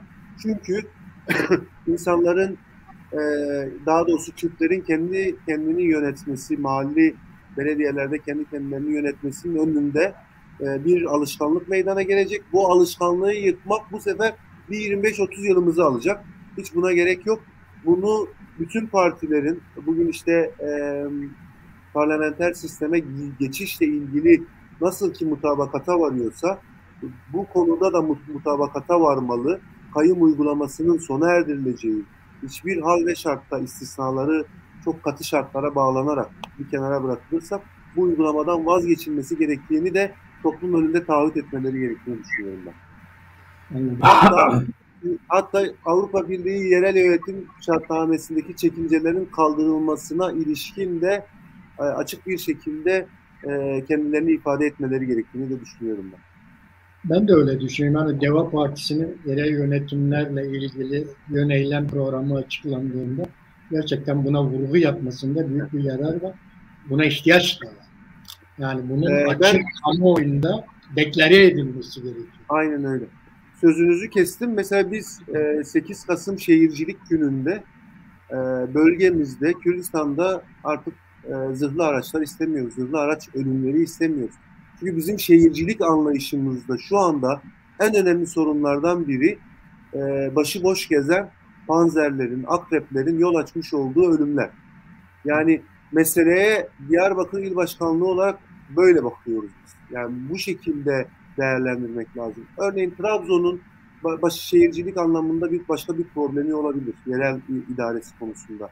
Uşak'ın başka bir şekilde olabilir. Ama Diyarbakır'da kayyum meselesi, panzer meselesi, şehirlerin parselizasyonu konusunda araç mezat satılması önündeki o imar meselelerinde dikkatli davranmak gibi meseleler bizim meselemizdir ve bunları dile getirmemiz lazım. Bir de çok izniniz varsa Mehmet Bey'in bıraktığı bir yerden bir örnek de vereyim ben ona. Biz bu itiraz ediyoruz meselesini, yani işte zamlara, enflasyona, hacizlere, Türkiye'de yaşanan işte atamalara, itiraz ediyoruz dediğimiz zaman şunu söyledik. Bugün Türkiye'de bunların temelinde yatan hukukun olmaması, hukukun cari olmaması ve hukuk güvenliğinin olmaması. Hukuku tahkim edin ve bu insanların itiraz ettikleri noktaları geri çekin. Ve ben o konuşmamda sonlarına doğru insanlara dedim ki itiraz edin, sokağa çıkın ve anayasal haklarınızı kullanın. Ya birçok kesimden bana tepki geldi, insanları sokağa çağırıyor musunuz diye. Bakın mesela muhalefeti de iktidar böyle yönlendiriyor. Siz nasıl insanları sokağa çağırırsınız? Ya sokakta protesto etmek anayasanın size tanımış olduğu bir hak, meşru bir hak. Siz şiddeti çağırmadığınız, şiddete başvurmadığınız müddetçe istediğiniz eylemi, istediğiniz protestoyu, istediğiniz zaman izin almadan yapabilirsiniz. Ben de dedim ki hastanede problem varsa doktorlar hastanenin önünde. Öğretmenlerin sıkıntısı varsa milli eğitimin önünde. İşçinin problemi varsa şehrin meydanında. Herkesin bir çıkıp maruz kaldığı sorunu dile getirmesi lazım. Tam sizin dediğiniz gibi kanun devleti bile değil artık. Yani hukuk devletini geçtik, kanun devleti bile değil. Muhalefet insanlara tanınan bir hakkın uygulanması konusunda bile çekinceli davranıyor. Tam iktidarın istediği gibi davranıyor aslında. Onun için ben şöyle düşünüyorum, bu iktidarı şöyle tanımlıyorum. İktidar çok de facto durumlar yaratarak yürüdü bugüne kadar. Yani 2002-2015 arasında fiili durumlar yarattı ve o fiili durumlar bir yerden sonra yasaya, anayasaya girdi. Bizler için de bizim de fiili durumlar yaratmamız lazım. Bu fiili durumları biz yaratmadığımız müddetçe, dayatmadığımız müddetçe ne yazık ki bir şey değişmeyecek. Yani değişmiyor çünkü. Aynen biz mesela işte sürekli sahada olmamızın sebebi, sürekli insanlarla konuşmamızın sebebi. Mesela işte bazen diyorlar ki niye ana dille ilgili, ana dilde eğitimle ilgili bu kadar sık şey. Ya ben de facto durum yaratmak zorundayım. Olmasa bile bunu talep etmek zorundayım. İnsanların, partilerin yani partiler var, programları var, bir de evrensel değerler var. Evrensel değerler hiçbir zaman hiçbir parti programına aykırı değildir. Bunu parti programında yok diye istememezlik yapmamamız lazım. Talep etmemezlik yapmamamız lazım. Onun için ben elimden geldiğince bu evrensel değerler ışığında de facto durumlar yaratmaya çalışıyorum kendime göre. Çünkü ya mesela ben Diyarbakır'daki Kürdistani partileri dolaştım. Benim Deva Partisi'nde bu partileri bilmeyen bir sürü teşkilatım var.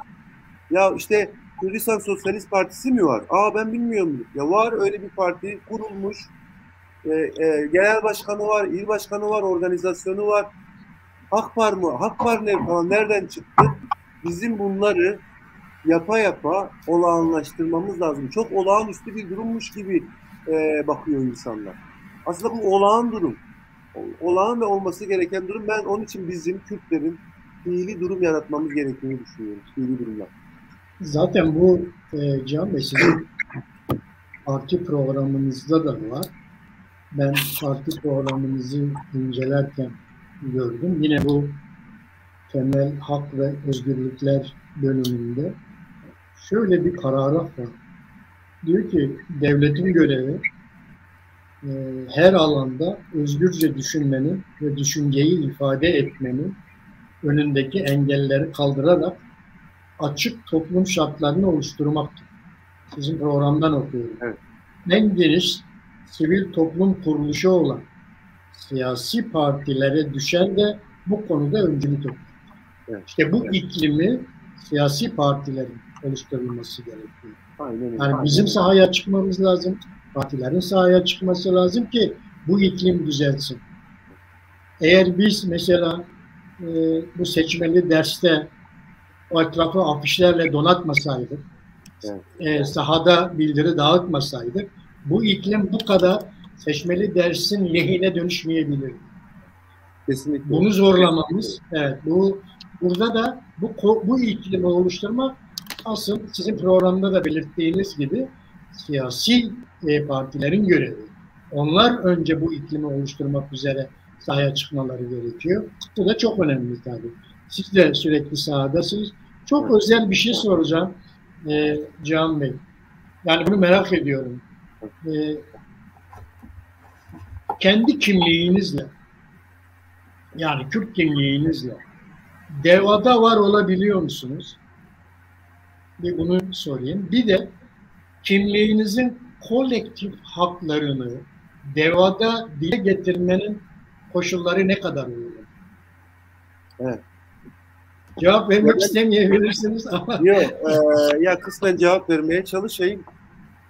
Bir de ben çok böyle siyasetten gelmediğim için bu siyasetçilerin sürekli ortaya koyduğu reflekslerden azadeyim. Biraz daha tam siyasetçi değilim yani.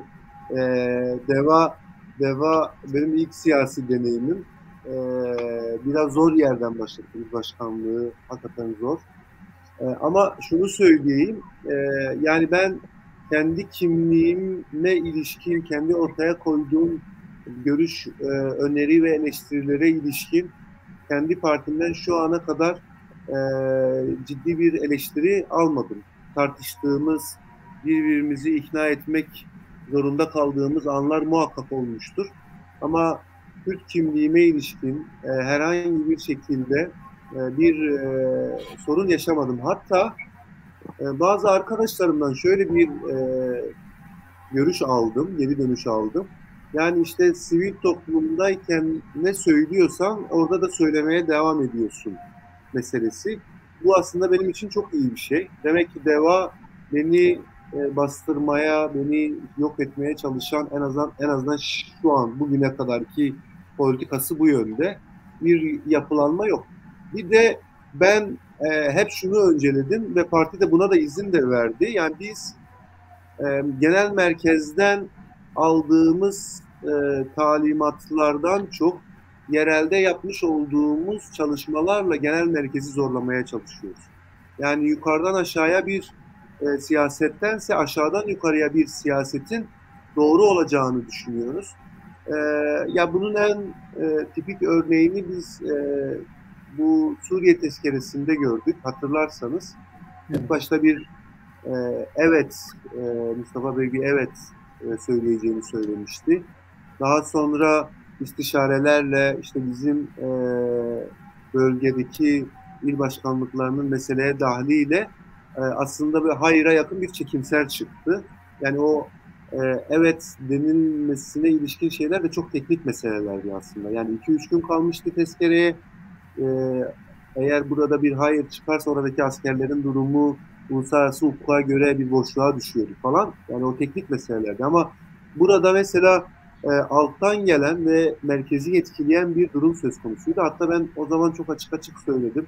Biz bölge, yani Diyarbakır Teşkilatı ve bölge teşkilatları hayır diyoruz tezkereye. Hayır dememizin sebepleri de bunlardır. Yani genel merkezden kimse de bize çıkıp ya siz niye hayır diyorsunuz?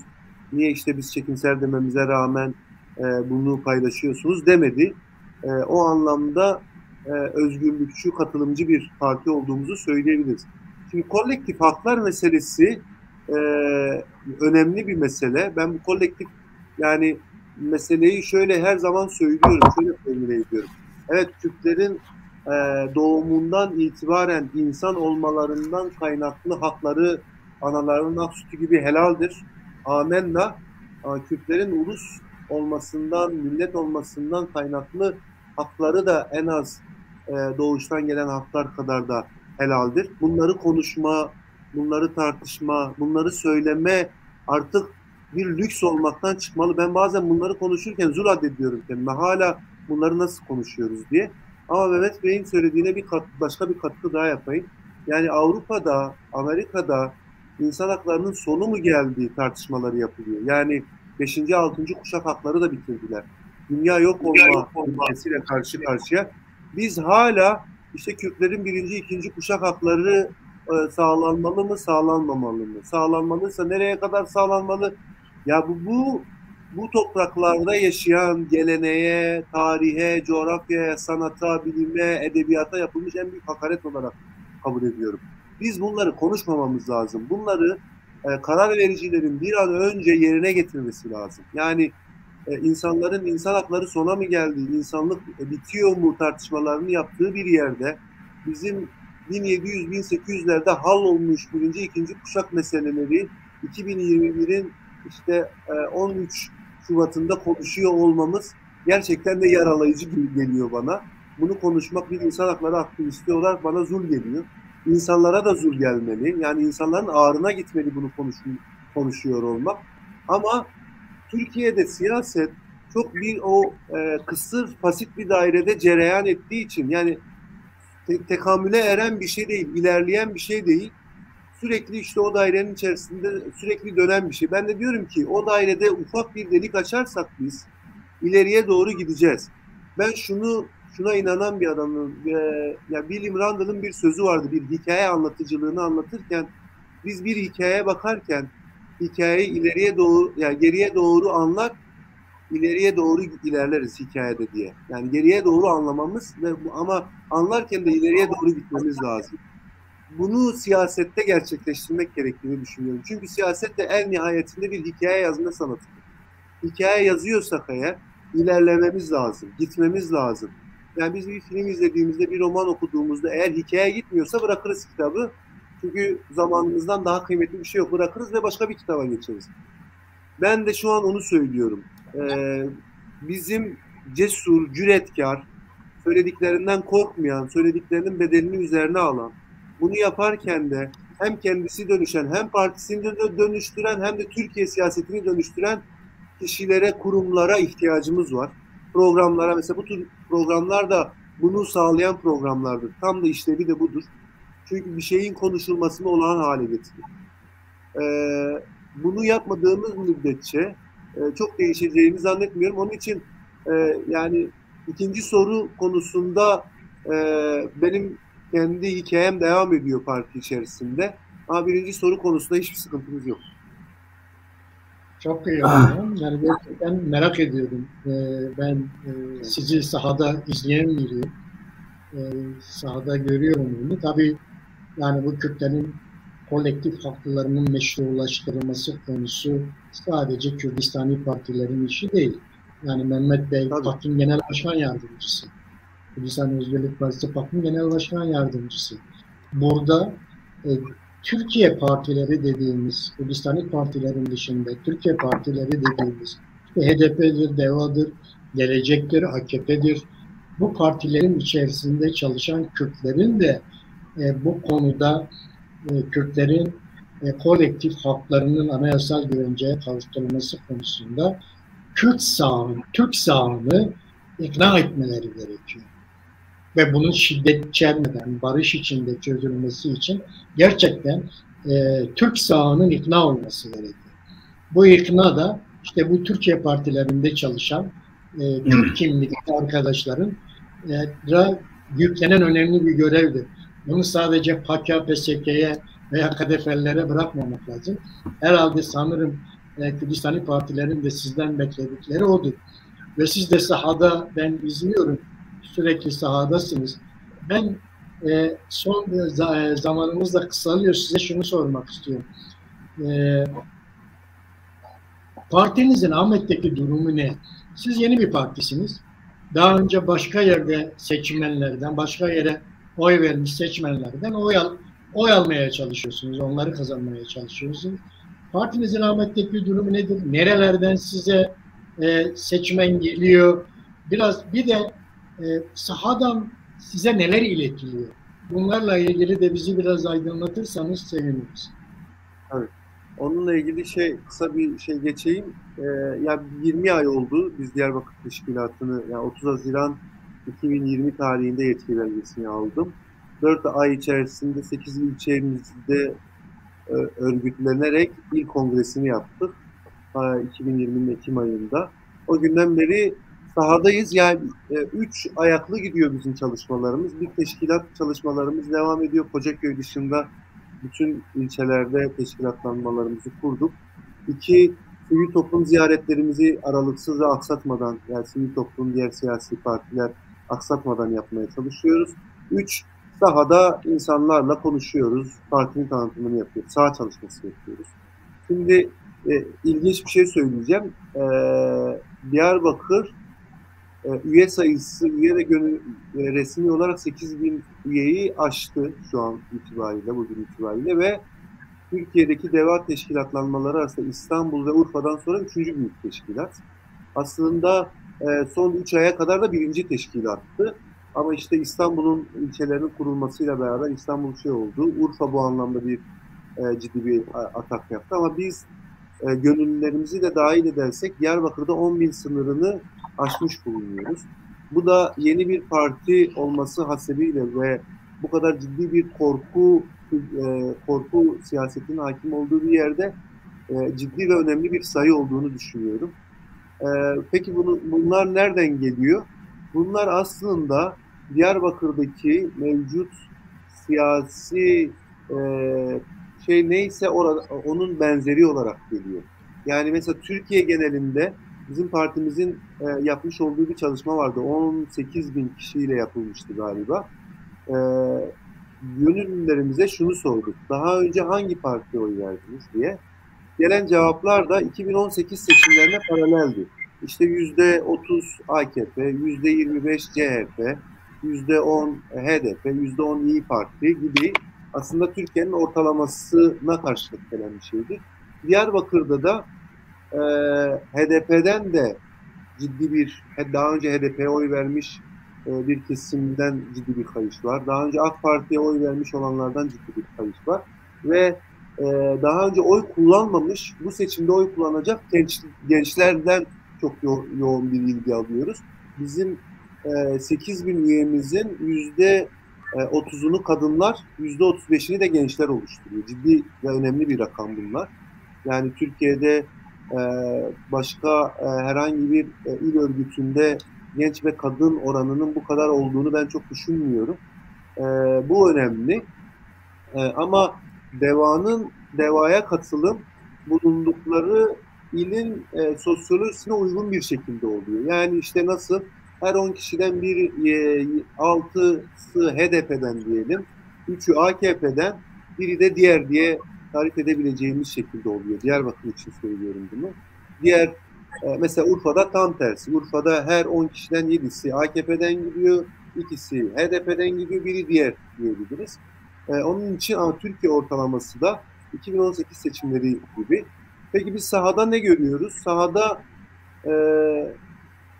Türkiye'de şu anda çok ciddi bir ekonomik sıkıntı var, sorun var, kriz var. Gerçekten de bunun etkilerini uzun yıllardır hissedeceğiz, beraber göreceğiz. Ama buna rağmen tam da sizin bahsetmiş olduğunuz bir şekilde her yerde şununla karşılaşıyoruz. Ya Kürtleri kandırmayın. Kürtlerin haklarını verin. Kürtleri yarı yolda bırakmayın. Hani programın başında söyledim ya, yani işte ya arıcılıkla ilgili konuşmaya gidiyoruz ya da işte hayvancılıkla ilgili konuşmaya gidiyoruz. Ya onu konuşuruz da ya bu Kürtlerin meselesi ne olacak? Yani herkesin kafasında bu soru var ve bu sorunun çözülmesini istiyorlar. Bakın ekonomik krizin en derin yaşandığı zamanlarda bile bu değişmiyor. Zaten Diyarbakır'da yapılan çalışmalara baktığınız zaman %50 ekonomik meselelerdir, %50 hak, hukuk, özgürlük meseleleridir. Ve bu %50 hiçbir şekilde değişmiyor. Bu diğer işsizlik ya da ekonomik meseleler ara sıra değişiyor. Ama bu %50'nin altına düşmüyor Kürt meselesi, Kürt meselesine ilişkin gelecek tahayyülleri. İnsanlar bunu istiyorlar. Bizi kandırmayın.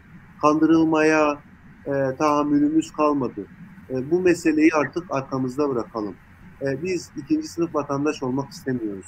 Biz Kürtlerin artık eskiden olduğu gibi çekmiş olduğu acıların çekilmesini istemiyoruz diye sahadan güçlü bir şey var. Yani Yenişehir'e gittiğimizde de, Kayapınar'a gittiğimizde de, Hazro'ya da gittiğimizde bütün her şey buraya tıkılıp kalıyor. Yani burada düğümleniyor. Ve insanlar çok ciddi bir şekilde AK Parti iktidarına karşılar. Yani artık AK Parti'nin miadını doldurduğunu, AK Parti'nin gitmesi gerektiğini söylüyorlar. Ve bir başka bir şey de yani programın başında yani siz söylediğiniz ya Mehmet Bey söyledi. Yani toplumsal taleplere kulak kesilmek dediğimiz şey var ya, birleşin diyorlar. Yan yana gelin diyorlar. Ve artık bu birleşme yan yanayı da sadece seçimlere özgülememek gerektiğini, yeni bir gelecek inşasında yan yana durmanın formüllerini istiyor insanlar. Bu çok sık dile getiriliyor. Biz onun için Diyarbakır'da şunu yaptık.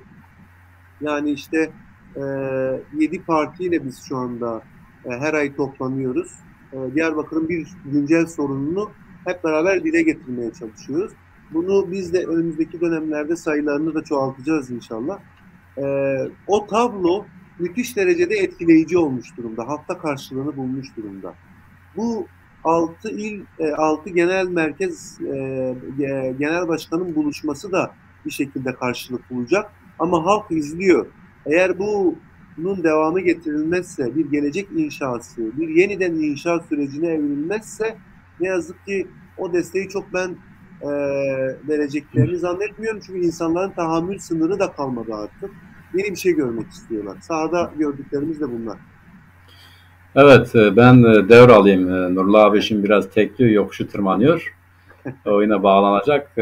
Bu bir araya gelme konusunda Cihan Bey size katılıyorum. Hem gelen mesajlar hem sosyal medyada dile getirilen görüşler Kürtler açısından tam da bunu gösteriyor. Hatta bir nispet olsun diye bu 6 tane parti genel başkanlarının birlikte verdikleri görüntüden hareketle kimi duyarlı Kürtler, kadın, genç, yaşlı fark etmiyor.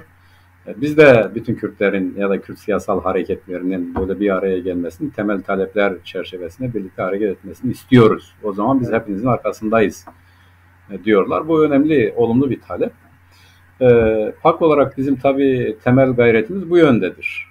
Temel ortak talepler çerçevesinde siyasal görüşü, inancı ne olursa olsun bizim birlikte hareket etmemiz adeta kaderimiz gibi bir şeydir. Fakat bunu hissetmek ve buna göre davranmak önemli. Henüz o noktada olduğumuz söylenemez ama o noktaya doğru gideceğimiz konusunda da inancı elden bırakmamak gerekir. Bu noktada biz yavaş yavaş da programımızın sonuna geliyoruz. Ben küçük bir toparlama yapayım Cihan Bey. Şimdi ben de HDP, Deva Partisi'nin programını inceledim. Tabii şunu görüyorum, sizin kişisel bazdaki yaklaşımınız ile partinin sizin program düzeyinde dile getirdikleri arasında biraz farklılıklar var. Abi ben sen düşünce ben devam ediyorum. İtirazın varsa durayım abi. Yok, itirazım yoktur. Evet. Şimdi dedim ben de yavaş yavaş toparlayayım. Cihan Bey programla ilgili görüşlerini dile getirdi.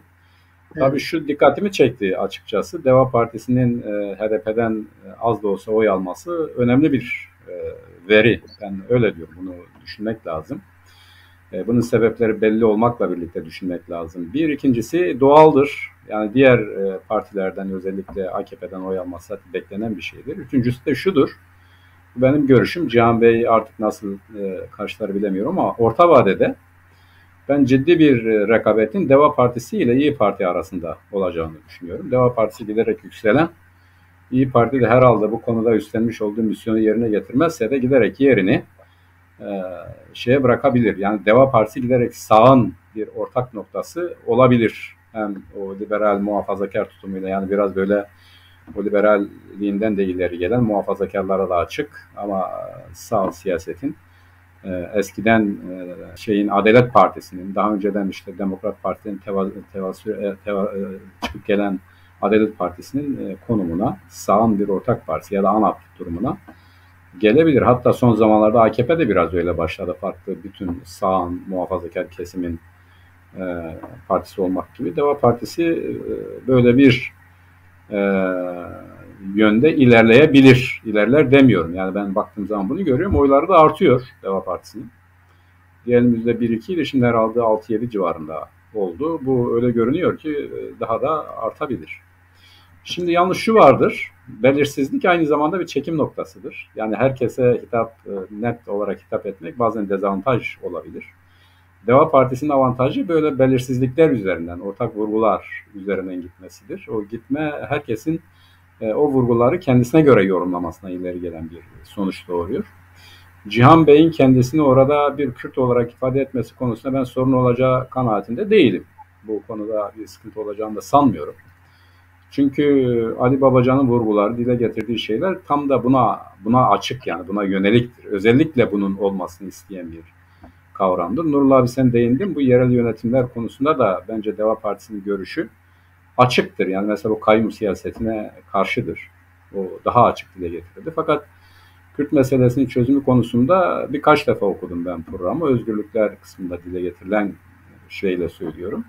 Yine tespit var fakat şu yok, yani işte onun için diyorum herkes istediği gibi yorumlayabilir.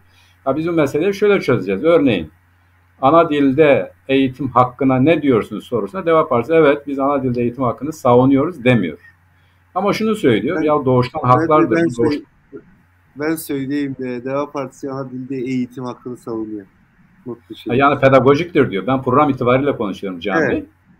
Yani program üzerinde elimizdeki veriler programlardır. Yani ben zaten size ayırdım. Dedim ki Cihan Bey yani o konuda zaten görüşleri net olan bir kardeşimizdir. Bir problem yok. Öyle görmüyorum ben zaten.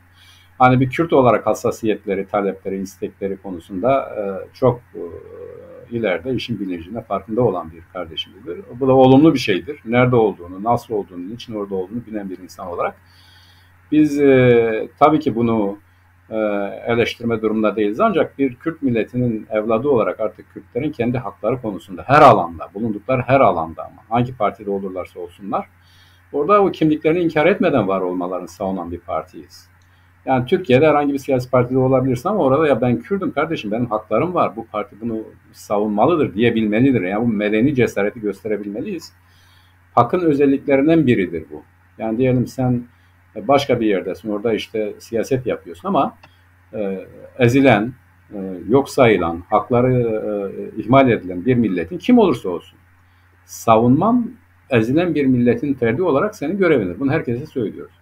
Şimdi bu çerçevede sorun yok. Fakat Deva Partisi'nin programında az önce dediğim gibi Kürt meselesinin çözümü konusunda bu mesele nedir? Diyor ki Türkiye'deki hukuksal eksiklikten ileri gelen bir demokrasi meselesidir. Demokratik hak ve özgürlükler meselesidir.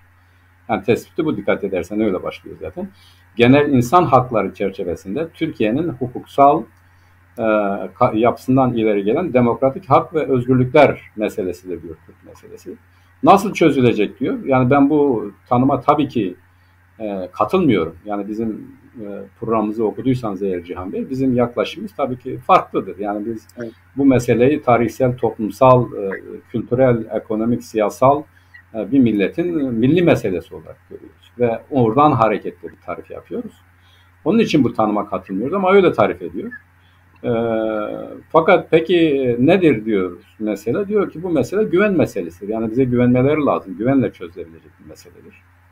Peki güvendik size, bu nasıldır? İşte eşit vatandaşlık temelinde çözülebilecek bir meseledir diyor. Yani bu konuda devlet hukuku geliştirir, demokrasiyi geliştirirse Kürtler de bu ülkenin eşit vatandaşları olarak kendilerini daha huzurlu, mutlu, müreffeh hissedebilirler.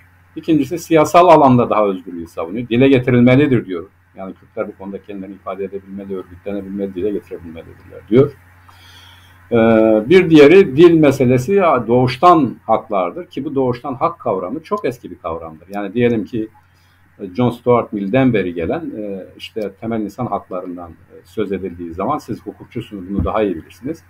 Der ki bir doğuştan haklar vardır, bir edinilen haklar var. Yani doğuştan haklar, bunlar ben sana tanıyorum demek bile suçtur. Zaten o hakları tanımak mecburiyetindesiniz. Doğuştan hakları tanımazsanız hiç kimseyle siz ortak bir gelecek oluşturamazsınız. Bir siyasal model kuramazsınız. Bir hukuksal kavramdan söz edemezsiniz. Bu doğuştan hakların ötesinde edinilmiş haklar, zaman içerisinde demokratik kültürün gelişmesi, işte farklı şeyler vesaire, bunların da artık günümüzde az önce siz söylediniz, yani bunların ötesine geçmiş bir dünya realitesinden söz ediyoruz. Şimdi işte peki... Evet, son 5 dakikamız ona göre. Evet abi, farkındayım. O kadar tutmayacak zaten. Şimdi diyor ki bu konuda da diyor devletin hakkı, benim en çok muhalif olduğum, yani en çok gerçekten de pek katılamadığım konu budur. Devletin resmi dili öğretme hakkı diyor. Bu hak değildir. Yani o devletin görevleri olur ve yetkileri olur. Yani hak vatandaşlık haklarıdır. Devletin hakkıdır diyor. Bu devletin hakkı değildir. Yani devlet tamam bu hizmeti götürme göreviyle yükümlüdür ama bu resmi görüşü, resmi dili alıp almamak bir hak meselesidir. Alır veya almaz. Yani ben resmi dili de öğrenebilirim, kullanabilirim ya da ben kendi ana dilimi kullanıyorsam onu her tarafta dile getirebilirim. O zaman denklemi değiştirmek lazım. Yani devletin vatandaşına öğrenmek istediği dilde hizmet götürmek görevidir.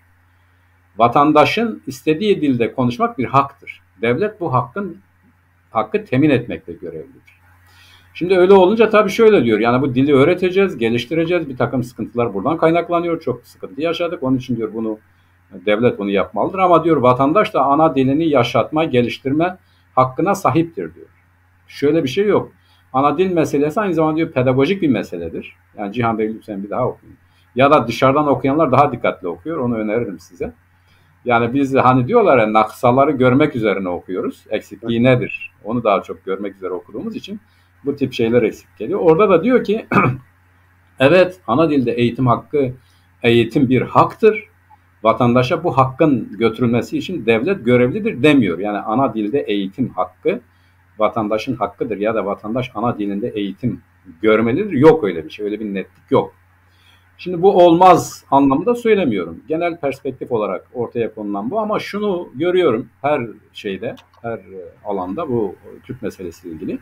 Sizin realite dediğiniz hani şartlar, yani bu şartlardan ötürü bizim söyleyemediğimiz bazı şartlar var. İşte ben de tam da onu söylüyorum. Bu şartlardan ötürü söyleyemeyeceğimiz şeyleri biz gelecekte de söyleyemiyoruz. Türkiye Cumhuriyeti tarihinin siyasal yönetiminin karakteristik yapısı budur. Şimdi söylemiyor diyor, söylersek bize karşı kullanırlar. Bu dönem geçtiği zaman diyor ki sen bizim huzurumuzu bozuyorsun kardeşim diyor. Ya ne rahatlık candan mı batıyor diyor. Oturduğun yerde diyor, bu kadarı yeter diyor. Bak diyor biz yaptık, hala sen sorun çıkarıyorsun. Ondan sonra yeniden bize çullanıyorlar. Şimdi Nurullah abi izninle Cihan Bey de lütfen dikkatli dinlerse şunu belirteyim. Bugüne kadar geçen gün tanık oldum, ben takdir ettim o vatandaşı. Dedi ki yani hangi bu TV kanallarından birinden de hangisi hatırlamıyorum. Ya Halk TV ya TV1 her neyse orada söyledi. Dedi ki ya arkadaşlar dedi. Siz bu sağ diyorsun da sağ dedi hiçbir zaman kendisiyle hesaplaşmadı gibi. Yani Menderes dönemi dahil. O soruşturma komisyonları dahil dedi. Şimdi dedi bu Kürt meselesi dahil dedi. Sağ dedi çok kötü diğer dedi. Problem sağdır dedi. Kürtler değil ki dedi. Bu sağ dedi bir kendisine gelmeli. Kendisini sorgulamalı. Öz eleştiri vermeli. Başta Kürt meselesi olmak üzere demokrasi konusunda dedi yeniden kendisini kurmalıdır. Hukukçuydu bu arkadaşımız. Kendi kendime dedim ki ya hayret dedim yani. Yani ilk defa mı biri bunu fark ediyor ve ilk defa bir başka gazeteci oradaydı. Ocak'tan oradaydı. İsim de vereyim. Bunu hayretle dinledi. Yani adeta şunu söylüyordu Cihan Bey. Ya bunları söyleme kardeşim, bu şartlarda bunlar mı söylenir gibi.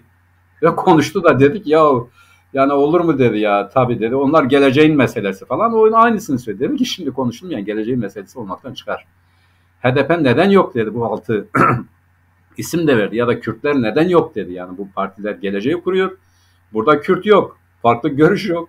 Bu Mehmet, Cumhuriyet alacağız. Evet, Cumhuriyet rejiminin taraftarları bir araya geliyor, bir şeyler söylüyor. Herkese de uyun diyorlar. Bu demokratik değil dedi. Ona teşekkür ediyorum. Size de teşekkür ediyorum Cihan Bey. Tanıştığım için de mutlu oldum. Yeniden görüşmek üzere. Abi benim söyleyeceklerim bu kadar. Çok teşekkür ederim. Cihan Bey son bir iki cümlenizi alabilirim. Programın süresi bitiyor. Evet. Son bir iki cümle. Çok kısa. Valla böyle başlarken 2 saat olur mu olmaz mıyı şey yaparken düşünürken su gibi aktı. Ben teşekkür ediyorum. Yani için ben de bir sürü not aldım kendimce. Faydalı bir program oldu. Umarım dinleyenler için de öyle olmuştur. Ben şöyle tamamlayayım. Mehmet Bey'in bıraktığı yerden son oraya bağlayarak söyleyeyim. Yani biz geçmişe bakmaktan imtina etmemeliyiz. Bugünü anlamak için orası çok önemli. Geleceğe de bir şeyler gidecekse, bir umut bağlayacaksak, bir şey inşa edeceksek, geçmiş ve bugünle birlikte değerlendirerek oraya doğru gitmeliyiz. Çünkü ben geçmişe bakmayın, geçmişte yapılan hataları çok fazla dile getirmeyin, geleceği inşa edelim anlayışının çok doğru bir anlayış olmadığını düşünüyorum. İnsan da kendi öz hayatında geçmişi, bugünü ve yarınıyla oluşur.